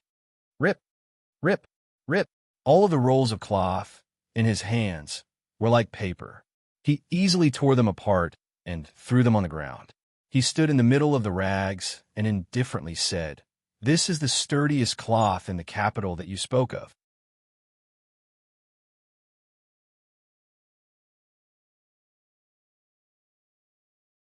Chapter 950. You're here to deliberately cause trouble? Even ordinary cloth could not be torn apart so easily. Chun Li-jun was very familiar with his family's cloth. A person who could tear through this cloth like it was paper was definitely not an ordinary person. He was not a customer. The scene before him was his ultimate goal. The young man stepped on the cloth and lightly said, "You claim that your family's cloth is the sturdiest in the entire capital. Who would have thought that it would be torn with just a light tear? I'm afraid the cloth sold in this shop is only of inferior quality, right?" The curtain in the inner room was lifted open and Chun walked out. His gaze swept across the interior of the shop and looked at the young man. Calmly, he asked, "Who sent you?" Before the shop had opened, he had already predicted many things. When the Chun family was at its peak, it had many families and vassals that it was on good terms with, but it also had many enemies. After the Chun family fell into decline, the small families that had been its vassals naturally looked for other big families. Some of the families that it was on good terms with were exiled, some were still in prison, and the rest avoided the Chun family like the plague, of course. There were also many people who were happy to see the Chun family in its current state. As they walked by, they would throw a few stones and spit a few times. At this time, asking the two sides what their grievances were and why they had come to cause trouble was a very childish thing to do. Thus, he did not beat around the bush and went straight to the point. "You're the shopkeeper of this shop?" The young man looked at him, shook his head, and said, "I don't understand what you mean. Your family uses these rags to deceive the customers, but you don't want to talk about it and say something I don't understand. What do you mean?" The cloth shop was located in a busy market. With the new year approaching, there was an endless stream of customers. This was the time when business was at its peak. In a short time, there were many more customers outside the shop. "What's wrong with these cloth?" A gentle voice came from behind. Third Miss Chen opened the curtain and saw the situation inside the shop. She quickly walked out, bent down, and picked up the cloth on the ground. "Put it down. Do you still want to destroy the evidence?" The young man reached out and grabbed the cloth. With a sudden tug, he snatched it from her hands. Because he had used too much strength, she lost her balance and fell to the side. "Meow you!" Chun Chang's expression changed. He immediately rushed over and helped her up, asking with concern, "Meow you, are you all right?" "I'm fine." Chun Miao Yu waved her hand, and Chun Chong's sharp senses noticed a few traces of blood seeping out of her palm. Chun Miaoyu noticed the change in his expression and shook her head, saying, "It's just a scratch. It's not a big deal." "You're courting death." Chun Chong handed her to the maidservant behind him. Looking at the young man, his eyes were bloodshot. He clenched his fist and punched the young man's face. "You unscrupulous shop! How dare you make a move?" The young man raised his head, grabbed Chun Chong's fist, and shouted, "Everyone, come and take a look. Let's see what kind of business this shop has." Chun Chong only felt a huge force on his fist. His arm could not move forward, nor could he pull it back. His fist was in excruciating pain, and beads of sweat immediately appeared on his forehead. "Hey, everything was fine. What's going on?" A rough voice suddenly came from the door. A man wearing coarse clothes and a handkerchief around his neck walked in. He patted the young man's shoulder and said with a smile, "Brother, if you have something to say, we can talk it out. There's no need to use force." Chun Chong felt the hand that had gripped his fist loosen, and his arm regained its freedom. The young man's body trembled. Under the man's light pat, his entire arm had gone numb. Chun Chong did not recognize this man who had suddenly appeared, but Chen Lijun did. This person had appeared on the second day that the cloth shop had opened. He had set up a tea stall in front of the shop. Normally, there was not much business. In the morning, Chen Lijun had been curious as to how this tea stall, which only sold a few cups of tea, was able to support his family. Knowing that the man in coarse clothes was an expert, the young man's expression changed dramatically. He shouted, "Assault! Unscrupulous shop is assaulting people. Come with me. Let's destroy this unscrupulous shop. Hey, if you have something to say, talk it out. Don't use force." The man grabbed the young man's neck and hurriedly said, "Brother, calm down, calm down. Hey, brother, why aren't you saying anything?" With his neck strangled, the young man's face was completely red, and his eyes were about to pop out. He wanted to pry the man's arm away, but he could not muster any strength. "Let him go." 3 people rushed in from outside the door and shouted, "It's broad daylight. What do you think you're doing?" The 3 people blocked the man from 3 directions. Under the man's arm, the young man's face had already turned from red to white and then to green. "This, what are you doing?" Li Yi, Ruoqing, and Zue Mo walked in from outside and looked at the scene in surprise. The man let go of the young man, and the young man fell to the ground, gasping for breath. When the man saw Li Yi, a smile appeared on his face. When he saw the slovenly elder behind Li Yi, his eyes began to shine. Li walked over, looked at Chun Chong, and asked, "What's going on?" Chun Chong shook his head. "Someone must have sent someone to cause trouble again." Li Yi turned to look at the man and said, "Go ask him who sent him." Chun Chong looked at third Miss Chun and said with concern, "Miaoyu, I'll take you to the infirmary to bandage your wounds." Only now did Li Yi see the blood seeping out of third Miss Chen's hand. He turned and waved his hand, saying, "Forget it, there's no need to ask." He then turned to the slovenly elder and said, "Sue, I'll have to trouble you to ask him yourself." The slovenly elder nodded expressionlessly and walked up to the young man. The young man was about to speak when the old man casually sealed his acupoint with a finger and said, "Don't speak. Close your eyes and feel it well." As soon as he finished speaking, the young man fell to the ground. Then, his expression became extremely ferocious, but he couldn't make any sound. The veins on his forehead bulged, and the veins on his neck wriggled like earthworms. The faces of the 3 people beside him turned pale, and their bodies trembled. "There's clean gauze and medicine in the stall next door. I'll go get it." Wan Ruoqing put down the things in her hands and walked out quickly after saying this. Third Miss Chin smiled and said, "It's just a superficial wound. There's no need to go through so much trouble." "I'll use it. I'll use it." Li Yi and Chun Chong spoke at the same time. The 2 looked at each other and then turned their heads at the same time. Ruoqing returned very quickly. Together with Zue Mo, she took third Miss Chun inside to treat the wound. On the ground, the acupoints on the young man's body had been unsealed, and the veins had all subsided. However, His body was still twitching unconsciously. The burly man squatted down and looked at him with some pity. He advised, "Brother, I suggest you tell us who sent you here. That was just the appetizer. If you still don't tell us." The young man's body was still twitching, as if he could no longer hear what he was saying. The burly man patted his face and asked, "Brother, are you all right?" Only when his hand hurt from the patting did he shake his head and stand up. Looking at the three people, he asked, "If he doesn't tell us, will you guys tell us?" Plop. The three people knelt on the ground at the same time and said in horror, "We don't know. We really don't know. We just received money to do the job. We don't know anything else." Chen Chong shook his head and said, "Just like the previous times, they also don't know who's behind them. You don't understand." Li Yi shook his head and said, "The people behind them usually won't be satisfied with just hearing. They want to see the results with their own eyes. Maybe he's hiding somewhere and secretly watching." Chen Chong looked at him and asked, "How do you know?" "I guessed." Li walked over, looked at the three people, and asked, "You don't know who he is, but you definitely know where he is, right?" One of them had a face full of horror. "We really." Li looked behind him. "Sue, I might have to trouble you again. We know." The man looked at Li Yi and said sincerely, "We really know."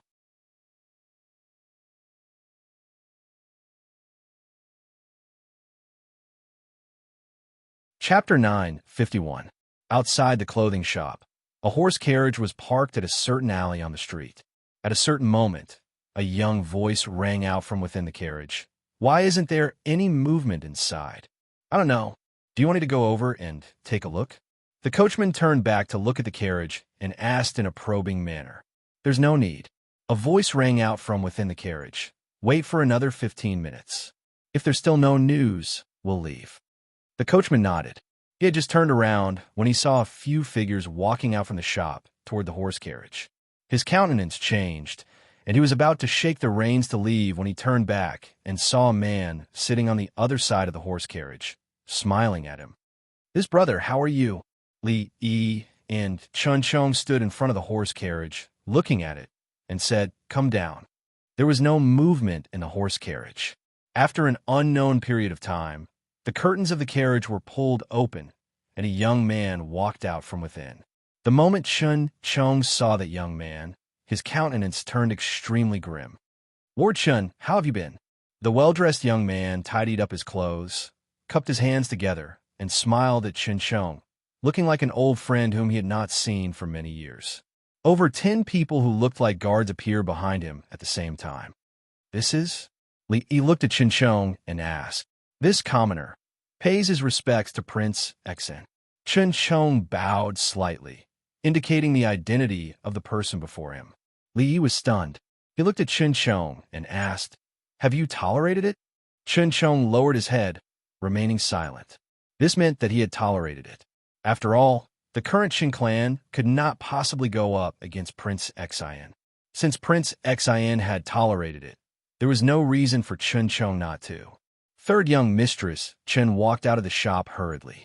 She looked at Chun Chong and said anxiously, "Second brother, I'm fine." "Don't be rash." Looking at the white-haired lady's pale face and the bandage on her hand, which had traces of blood seeping out, Li Yi sighed, turned back, looked at that young man, and asked, "Who are you again?" The young man looked at him with a hint of doubt in his eyes. "You are?" Li Yi cupped his hands. "I am Li Yi." The young man's expression froze, but he quickly smiled and said, "I just sent an invitation to Dr. Li a few days ago. The servants of the Li family said that Dr. Li is seriously ill and can't go out. I don't know what illness Dr. Li is suffering from. It's only been a few days, but it seems that he has recovered."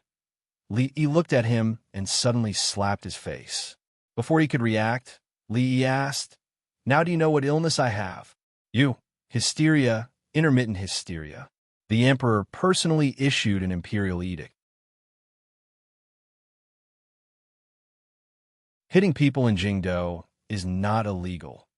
Half of the young man's face had temporarily lost all feeling, and an expression of disbelief appeared on his face. At the next moment, the young man pointed at Li Zhe and said fiercely, "How dare you?" I'm Prince Xin, Li Jia. How dare you? Li Yi was puzzled. Believe in what? Prince Xin Li Jia. What Jia? Prince Xin Li Jia. Why are you speaking so loudly? So what if he's called Li Jia? So what if he's called Li Jia? How dare you make fun of me? Pa! Li Yi slapped the other side of his face again, looked at him, and said, What do you mean by believing in Jia or not? Young man, can't you straighten out your tongue before you speak? Earlier, it was only half of his face. Now it was his entire face. The young man could no longer speak. Li looked at Qin Chong and asked in a soft voice, Have you calmed down? A hint of elation appeared on Qin Chong's face as he shook his head slightly. It was just 2 slaps. How could his anger be appeased?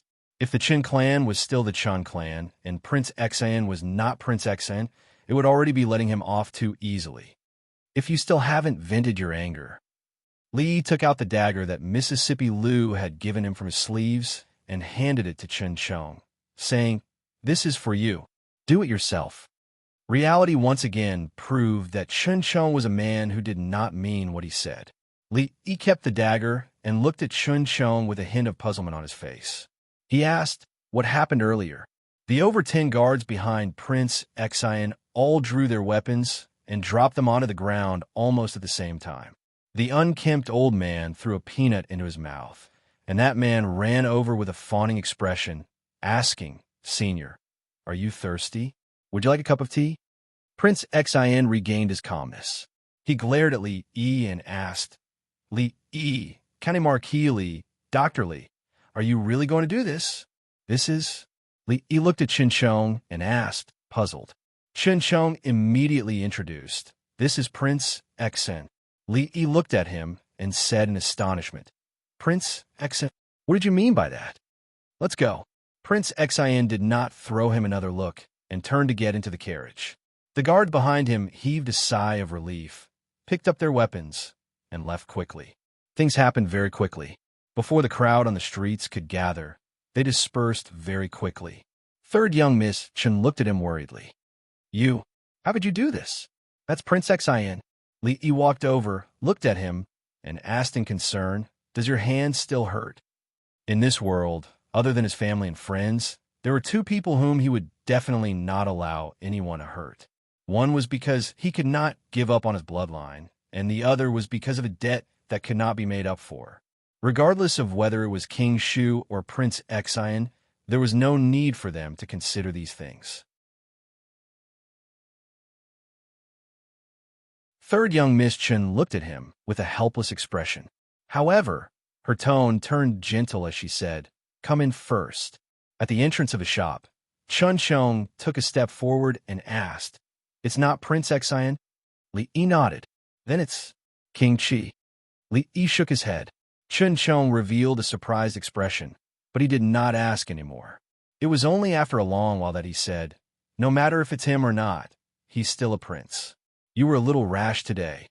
He sighed and said, No matter what, thank you for today. There's no need to thank me. Li Yi looked at him and said in disdain, You don't even dare to stand up for your kin when they're being bullied. You coward. A few dark lines appeared on Qin Chong's forehead. Did standing up for Miao Yu mean that he had taken his dagger and stabbed Prince Xin twice? Even if he, the greatest sycophant in the Jing Kingdom, were to do something like this, he would not be able to resolve the matter peacefully, right? The people from the Li family were really as detestable as ever. On the streets, in a carriage that was moving slowly, that coachman said, feeling a little indignant, That sycophant dares to be so audacious just because he has His Majesty's favor. He's not showing any respect for His Highness and the royal family. As long as His Highness accuses His Majesty, shut up. An extremely stifled voice rang out from within the carriage. Prince Xion's expression was one of shame and fury, but there was even more fear. He was furious and ashamed because he had been humiliated by Li Yi in front of so many people. If this were to spread to other people's ears, how would he, a prince, still have any face left to speak of? What was terrifying was that that person was his father's most favored subject, going in and out of the palace all the time. His father's trust in him was greater than that of any other subject. If there was an important matter, How could he possibly not know about it? Although it had not been announced to the public who would be the Eastern Palace, many of the subjects in the imperial court, including Prince Exant, definitely knew. If the crown prince was Li Jie, then why would Li Yi dare to do this to him? He clenched his fists tightly, and his knuckles turned white. He gritted his teeth and said, King Qi. King Qi. Is it King Qi?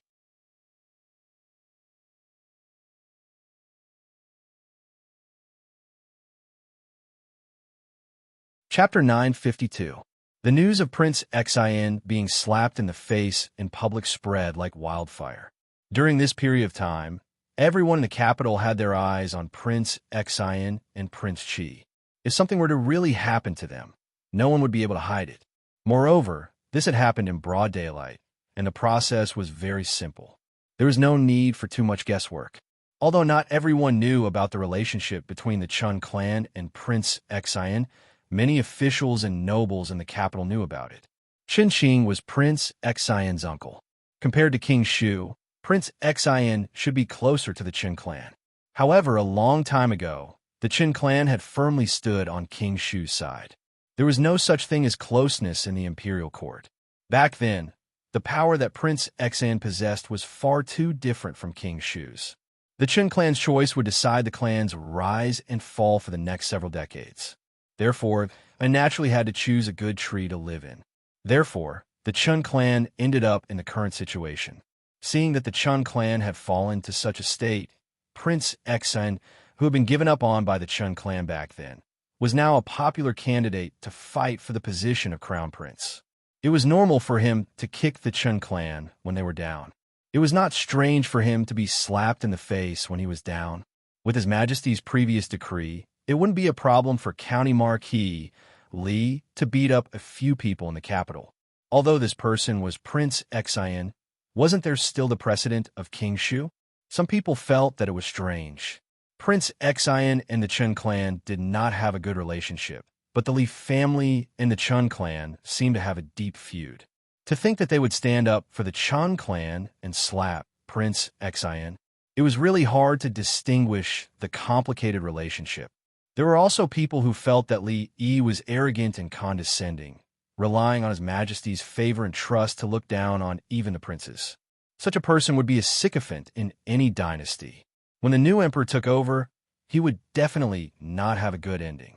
Of course, there were even more people who felt that Prince Xian would not be able to fight for the position of crown prince this time around. Although that legendary county marquis, Li often did shocking things, he had never been a rash person. Otherwise, it would have been impossible for him to reach his current position over the past few years. This meant that he was not afraid of Prince Xian's revenge.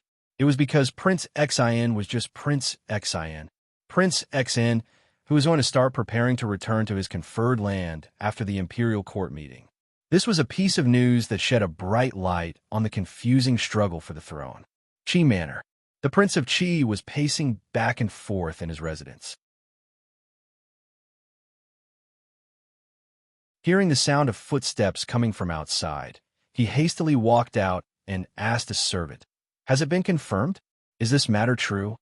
That servant said agitatedly, "Your Highness, this matter is absolutely true. I've already verified it a few times. That lordly has really made a move against Prince Xian." "Ha, as expected, as expected." Laughing maniacally, the Prince of Qi declared, "Prepare a generous gift for I and deliver it to official Li's residence." Yes, that person immediately retreated. He was thinking about how generous and heavy the gift was. Before the hysteria broke out, Li Yi had already predicted the impact of this incident. The situation in the capital was very complicated, and the current situation was very chaotic. If something were to happen to Prince Xian, it would cause quite a big commotion. What followed after was all sorts of guesses. There were so many princes in the capital, and these two slaps had eliminated a wrong answer for them. Those small clans who had submitted to Prince Xian early on would be able to immediately look for another ruler. They would definitely feel especially grateful toward him. The facts proved that his guess was right. Very soon, someone came to deliver a gift.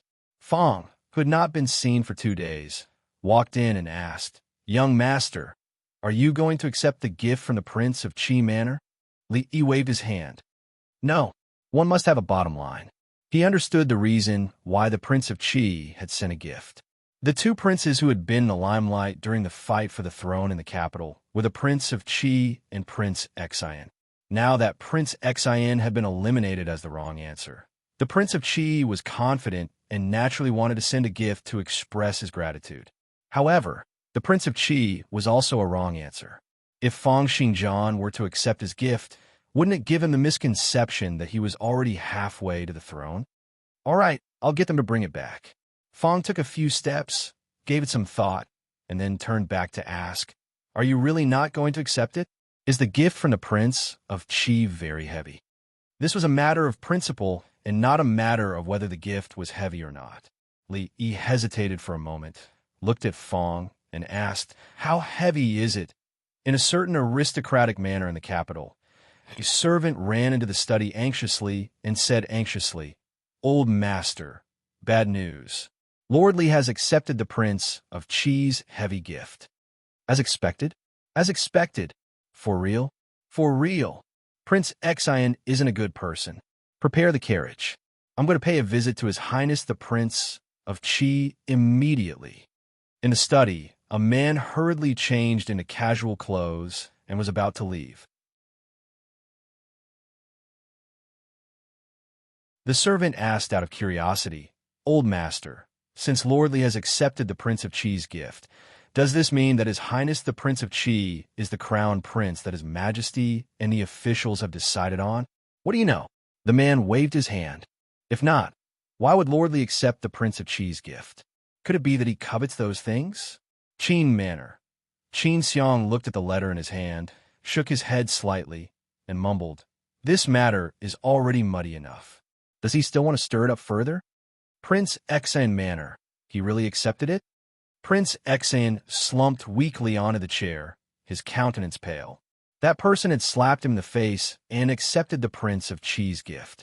Was there a need to say more about the meaning behind this? He had lost. He had completely lost. Li Yi. Prince Xian's gaze looked toward the empty space outside the door. He gritted his teeth and revealed a venomous expression in his eyes. "Prepare the carriage. We're going to the Prince of Qi Manor." "Lord Butler, just send me off here." A man smiled and walked out from the Prince of Qi Manor, saying, "In the future, I'll definitely follow His Highness's lead." He walked down the stairs, and a luxurious carriage happened to stop at the manor's entrance. Prince Xian. When the man saw the young man who came down from the carriage, he broke into an awkward expression. After all, he had just said that he would follow Prince Xian's orders at the Prince of Xian Manor yesterday. Today, he was at the Prince of Qi Manor's entrance, and he was even seen by the person involved. Women who had two hearts were not likable, and men who were fickle and two-timing were not good people either. The middle-aged man lowered his head and immediately left in shame. Prince Xian did not look at him. His gaze turned toward the Prince of Qi Manor and said, "Bring me to meet Brother Qi Manor." The Prince of Qi Manor was seated in the main hall. It was only when Prince Xian walked in that he raised his head to take a look. After Prince Xian walked over, he knelt down on one knee and said loudly, "Greetings, brother." The Prince of Qi Manor was stunned for a moment, but he instantly understood what Prince Xian meant. He broke into a victorious smile, walked over, and gently helped Prince Xian up. He smiled and said, "There's no need to be so polite between us brothers.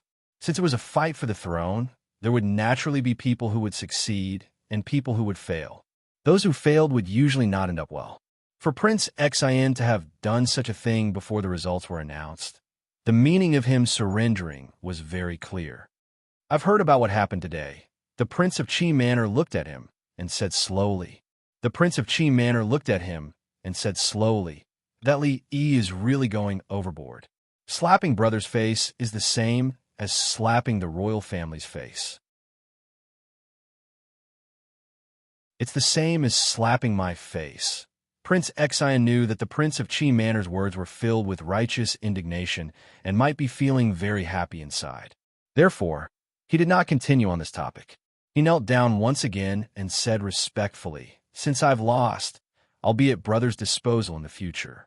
I only hope that brother will spare my life on account of our past relationship."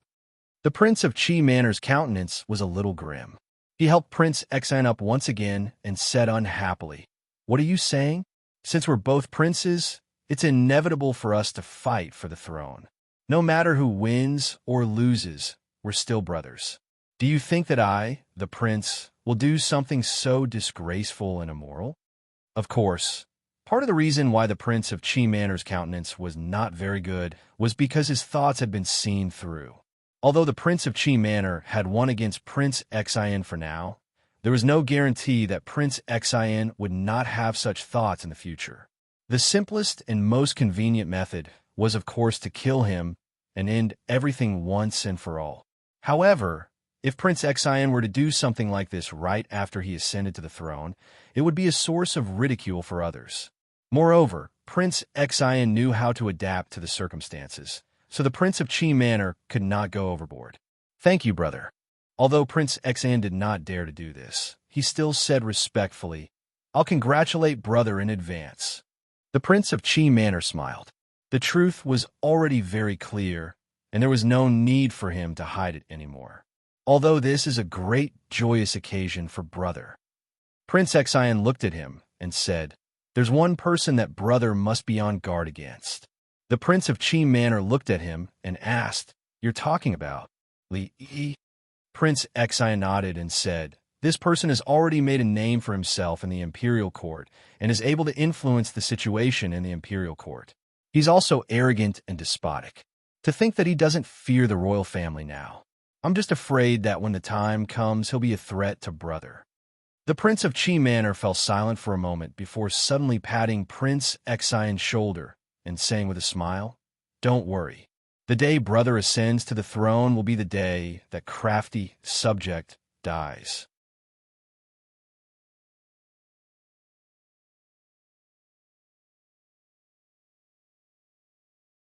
Chapter 953.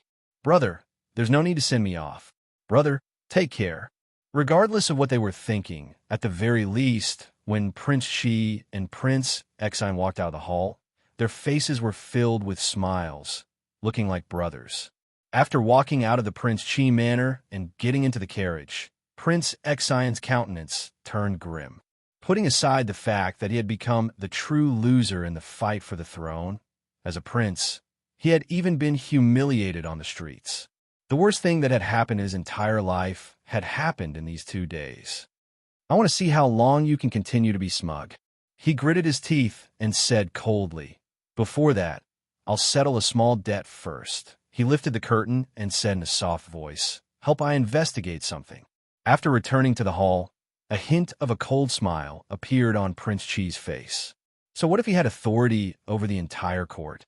So what if he could cover the sky with one hand? No matter how much his father favored him, when he ascended to the throne, it would just be a single decree for him to be dealt with. There are too many such examples in history. The ruler was the ruler, and the subjects were the subjects. If the ruler wanted the subjects to die, the subjects had no choice but to die. How could a mere county marquis have the capability to rebel? Is this a rebellion? Lu Dayo rubbed his head and said in a soft voice in the county yamen. As the year approached, there were more matters to handle in the yamen. There was a huge flow of people in the capital, and it was hard to maintain law and order. There would be over 10 small cases of theft and robbery every day. Although there were no major cases, just these trivial matters were enough to give him a headache. What made him even more vexed was that when the constables in the yamen were investigating some old cases, they discovered some new clues. This caused him to feel a chill in his heart. This included the case of the son of the former assistant minister of the Ministry of Works. Although it had been a long time, that case was too important. The number of deaths was high, and the way they died was so tragic that it attracted the attention of the entire capital. Even if it was hard to close the case, it was impossible to just let it go so easily. Thankfully, there were finally some clues to this case. Holy religion. As the mystery of that thing called holy religion was gradually revealed, Lu Dayo felt as if he had sensed a huge, hibernating beast hiding somewhere in the capital, secretly observing everything. This feeling made one's hair stand on end. How many people did the holy religion have in the capital? Who was the person called the Empress? He had no way of knowing, but it was precisely because of this mystery that people were afraid of. The new year was approaching, and the Imperial Court Conference was approaching. They could not afford to have any trouble during this period of time. In the coming year, they would have to report this matter to the Imperial Court and treat it seriously. He had a headache. The old madam had already told him several times that only when the family ate together on New Year's Eve could it be called a reunion dinner. If there was one less person, it would not be a reunion. The one with the least was naturally drunken ink. Even Rui had mentioned to him several times that it wasn't appropriate for the Lee family to live outside all the time, as outsiders would gossip about her. But the problem was that drunk Mo was still thinking of ways to win over her best friend and add another mistress to the Lee family. The time was not very ripe yet. This was really a headache-inducing matter. He was trying to persuade drunk Mo otherwise. He would have to persuade the old madam and Rui when he went back. Rui was the easiest to talk to, but the old madam was not easy to deal with. She could use that kind of sincere tone to talk in his ear for a whole day. In the whole family, besides Mississippi Lou, she was the person that Lee was most afraid of. Persuading drunk Mo alone was easier than persuading both of them. "I'm fine with anything." Drunk Mo looked up at him and said, "But if I move over now, Sister Roaching will definitely not go with me. It's not the right time, and I'm afraid it will have the opposite effect." Lee thought about it and felt that one couldn't always think of simple and easy things. Sometimes one had to challenge difficult things. Drunk Mo suddenly looked at him and asked, "There's a question I want to ask you." "What is it?" Lee smiled. His expression was unchanged, but his heart immediately became alert. She looked at Lee and asked curiously, "Me and Sister Roaching, who did you like first?" Lee looked up at the night sky, as if thinking. After a moment, he shook his head and said, "Tonight's moon." Drunk Mo looked at him and said, "There's no moon tonight, not even stars." No, there were stars. A few starlights appeared in Li Yi's eyes, streaking across the night sky and flying in this direction. The starlight fell on the roof and ignited a raging fire. It was not starlight, but fire. Drunk Mo was startled, and her expression changed. She said, "Sister Roaching is still inside. Protect her." Lee said in a low voice, and a maid-like woman at the door flashed and appeared beside Drunk Mo. A few more spots of light flew in different directions, and, at the same time, a few figures appeared in the night sky, rushing in the direction of the fire. Inside the room, Wan Roaching, who was reading at the table, had not realized what had happened when she was carried out of the room by Lee. "You?"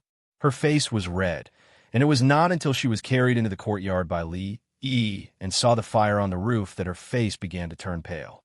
"Is there anything important in the room?" Lee asked quickly, ready to rush in again. The fire on the roof had spread, and it would not spread to the room for a while. It was too late to put out the fire, but there was still time to move some things out of the room. "No." Wan Roaching grabbed his hand and shook her head. "There's nothing important. Don't take risks." Drunk Mo looked at her and seemed to think of something. She immediately said, "You're painting." Wan Roaching held Li Yi's hand tightly and shook her head. "It's not important. In fact, time came in a hurry, but she was holding his hand, and Li could not rush in with her. These two rooms were not the only ones on fire in the Zeng residence. Several guest rooms and the rooms where the servants lived were also on fire. There should be kerosene on the arrows, otherwise the fire could not have spread so quickly. People kept rushing in from outside and fighting the fire with the servants in the residence. Li held the two women's hands and sat in the courtyard, watching the fire gradually engulf the entire room. After a while, a few people came in from outside, shook their heads, and said, "3 men of sacrifice. We just caught up with them, and they died of poison." Li used to have many enemies, but now they were all in prison or on the way to exile. It was impossible for them to do something like setting a fire in the middle of the night. There were men of sacrifice and fire arrows. It was not a small matter. It was just that this person was a little too impatient. Fong dashed over in exasperation and scolded furiously. That damned person is so immoral. 5 rooms have been burned. No one will be able to stay here tonight. Li looked at the fire and said in a soft voice, Prince Xin what? Prince Xin? Fong was stunned for a moment. Then he turned and walked out. I'll bring people to burn down Prince Xin residence right now. Li pulled him back in time. The people were already dead, and there was no evidence. How could they accuse Prince Xin?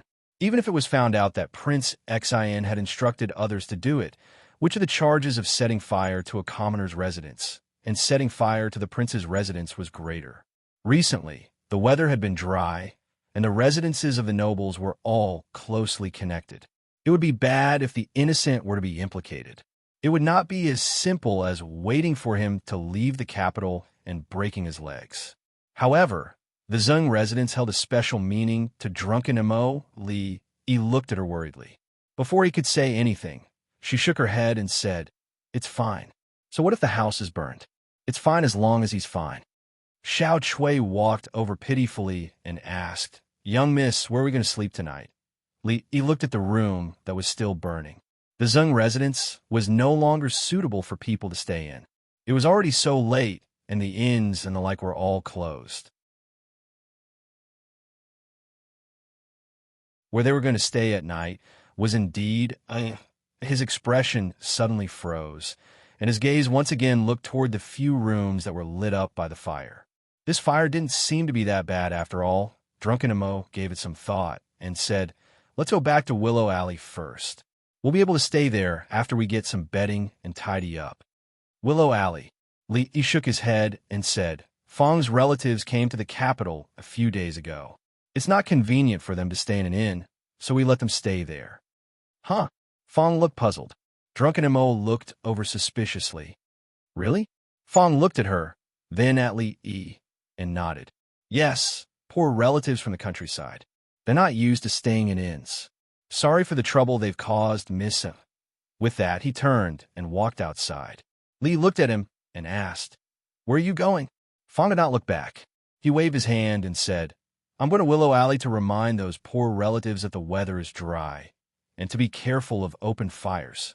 Li turned his head and looked at Drunken Mo and Ruoqing. Since we have nowhere to go now, why don't we?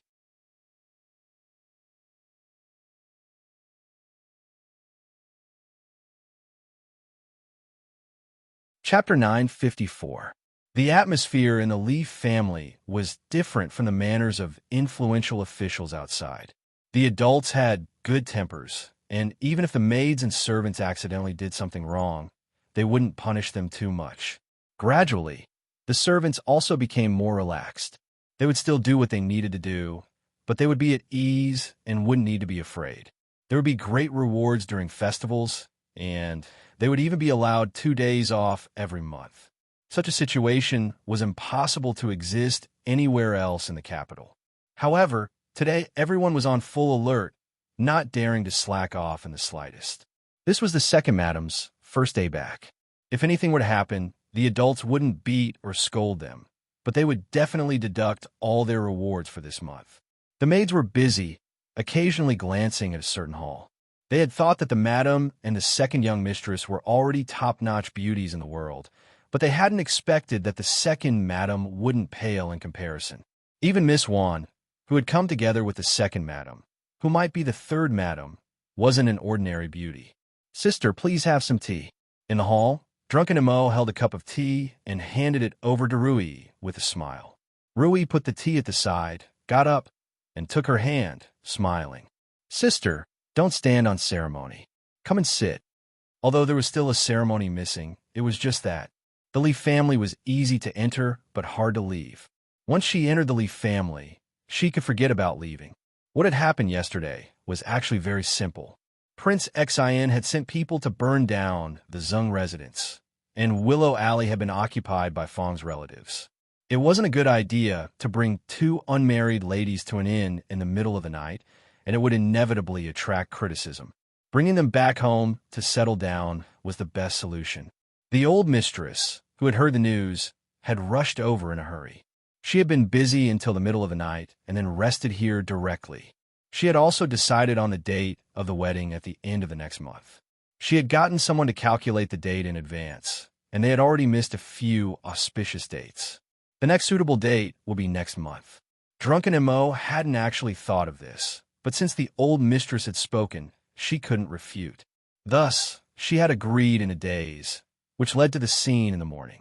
What surprised Li was that Ruoqing hadn't rejected moving in with Drunken Mo last night. If she hadn't agreed first, Drunken Mo probably wouldn't have agreed either. Prince Xin had set the fire. He couldn't even bear to settle the score with him. Fong stood in the courtyard, looking at the three women who were whispering in the room. Then, he looked at Li Yi and asked in a low voice, "Young master, tell me, did you get someone to set the fire yesterday?" Li Yi frowned at him and asked, "Do I look like that kind of person? You saw those death warriors with your own eyes. Besides, would I let them take such a huge risk?" Old Fong gave it some thought and nodded. He then asked, "Then son-in-law, tell me honestly, is Prince Xin one of us?" Fong's question was a good one. Even Li Yi himself had once had such a question in his mind. "I suddenly can't bear to." Li thought about it and said, "Why don't we just break his 2 legs? You said it was 2 legs last night." 2 legs? The fire in the Zheng residence wasn't a big deal, but it wasn't a small one either. It didn't cause much of a commotion last night, and it didn't cause much trouble during the day either. Of course, some people couldn't hide it even if they wanted to. Seng Shichen walked in anxiously. When he saw Li Yi, he went straight to the point and asked, "How's Drunken Mo? Are you injured?" Li Yi shook his head and said, "Only the house was burned. No one was injured. That was the Zheng residence after all." Seng Shichen's face revealed a hint of sadness. He shook his head and said, "It's fine if the house is burned. It's good that everyone is fine. What about the arsonist? Have you caught him?" He only found out about this in the morning. He came here in a hurry and didn't go to the county office to ask about the situation. Li Yi shook his head. "They're all kamikaze warriors." "Kamikaze warriors?" Seng Shichen frowned. "Prince Xin? Even for the influential officials in the capital, kamikaze warriors weren't easy to nurture. It required a huge amount of resources. Perhaps only those princes would be able to use kamikaze warriors to set a fire. If there were only clues about those kamikaze warriors, it would be difficult to investigate this case. Even if Prince Xin couldn't become the crown prince, he was still a prince. Even if he was found, there wouldn't be any severe punishment. Knowing that Li Yi had his own thoughts on this matter, Seng Shichen didn't say much. After meeting Drunken Mo, he left in a hurry. Not long after, Li Xian and the eldest princess came to visit at the same time. Li Yi said, surprised, "The Imperial Court Assembly is only a few days away. You guys shouldn't be so free, right?" "I already know about the matter." And Mingzi looked at him and said, "Even if we manage to find Prince Xin in the end, there probably won't be any results. The Imperial Court Assembly is about to arrive, and many officials have gathered in the capital. You mustn't act recklessly. We'll settle the matter regarding Prince Xin after the Imperial Court Assembly." "Don't worry, I know what I'm doing," Li Yi said, shaking his head. "At most, I'll just burn down his Prince Xin manor." Seeing that both Mingzi and Li Xian were looking at him, Li Yi waved his hand and said, "I'm just joking. It's easy to implicate the innocent by setting a fire. Even if I have to break his 2 legs, I won't do something like setting a fire." "Let's not talk about this anymore." Li Yi shook his head and said, "What about you guys? That matter. How's the preparation?" Li Xian sat down next to him, gulped down a mouthful of tea, and said, "Let's talk about the matter of you setting fire to Prince Xin Manor. Do you have enough manpower? Do you need my help? I can get them to scatter kerosene from the sky." In the capital's largest brothel, little Zhu walked over with a teapot, pointed to a young man, and said, "Hey, you're called Su Zheng, right? Let them rest for a while and have a cup of water. They'll move it later. There's no hurry." The young man called Su Zheng wiped off the sweat on his forehead, smiled, and asked, "Miss Little Zhu, where are you guys moving to? Is it the Zheng Manor? I might as well get them to send it over directly." It would have been better if little Zhu had not mentioned the Zeng Manor. At the mention of the Zeng Manor, a furious expression appeared on little Zhu's face. She waved her hand and said, "It's not the Zeng Manor. I won't be going there in the future." Su Jing asked curiously, "What happened?" "You don't know. Last night, when we were about to sleep, some bad guys secretly released fire arrows. The entire Zeng Manor's house was burned down. Young Miss and I were both frightened." She patted her chest, looking like she still had lingering fears. "I really can't imagine. If we had all fallen asleep last night, would those bad guys have wanted to burn us to death?" Naturally, she did not know how strong the guards in and out of the Zeng Manor were. Even in the middle of the night, there would still be people on duty. Something like that would not have happened. The Zeng Manor was set on fire? Su Zheng was stunned. He lowered his head and asked, "Miss Little Zhu, do you know who set the fire?" "I don't know." Little Zhu shook her head. Then, as if she had thought of something, she said, "I think it was some Prince Xan who sent death warriors. Those people are too scary. They're not even afraid of death." "I heard that too." "Sai, since you guys have rested enough, quickly move. Just move it to the horse carriage outside. Don't leave anything behind, all right?" The young man agreed readily. A smile returned to his face, and he waved his hand at the people behind him. "Move quickly. Don't delay the young lady's matters. Prince Xin Manor, what? Only the house was burned?" Prince Xin heard this news from a servant. He waved his hand and scolded, "A bunch of useless people. They can't even handle such a small matter. What's the point of living? Your Highness, the guards in the Zeng Manor are too powerful. Not a single one of our death warriors has returned. I'm afraid." Prince Xin waved his hand. "Forget it. Let him be smug for a few more days." In Prince Xin Manor, a person who looked like a steward pointed to a few servants who were moving things and asked, "What are you guys moving?" One of the servants smiled and said, "Steward Zhao, this is the strong alcohol that we bought outside today." All right, I got it."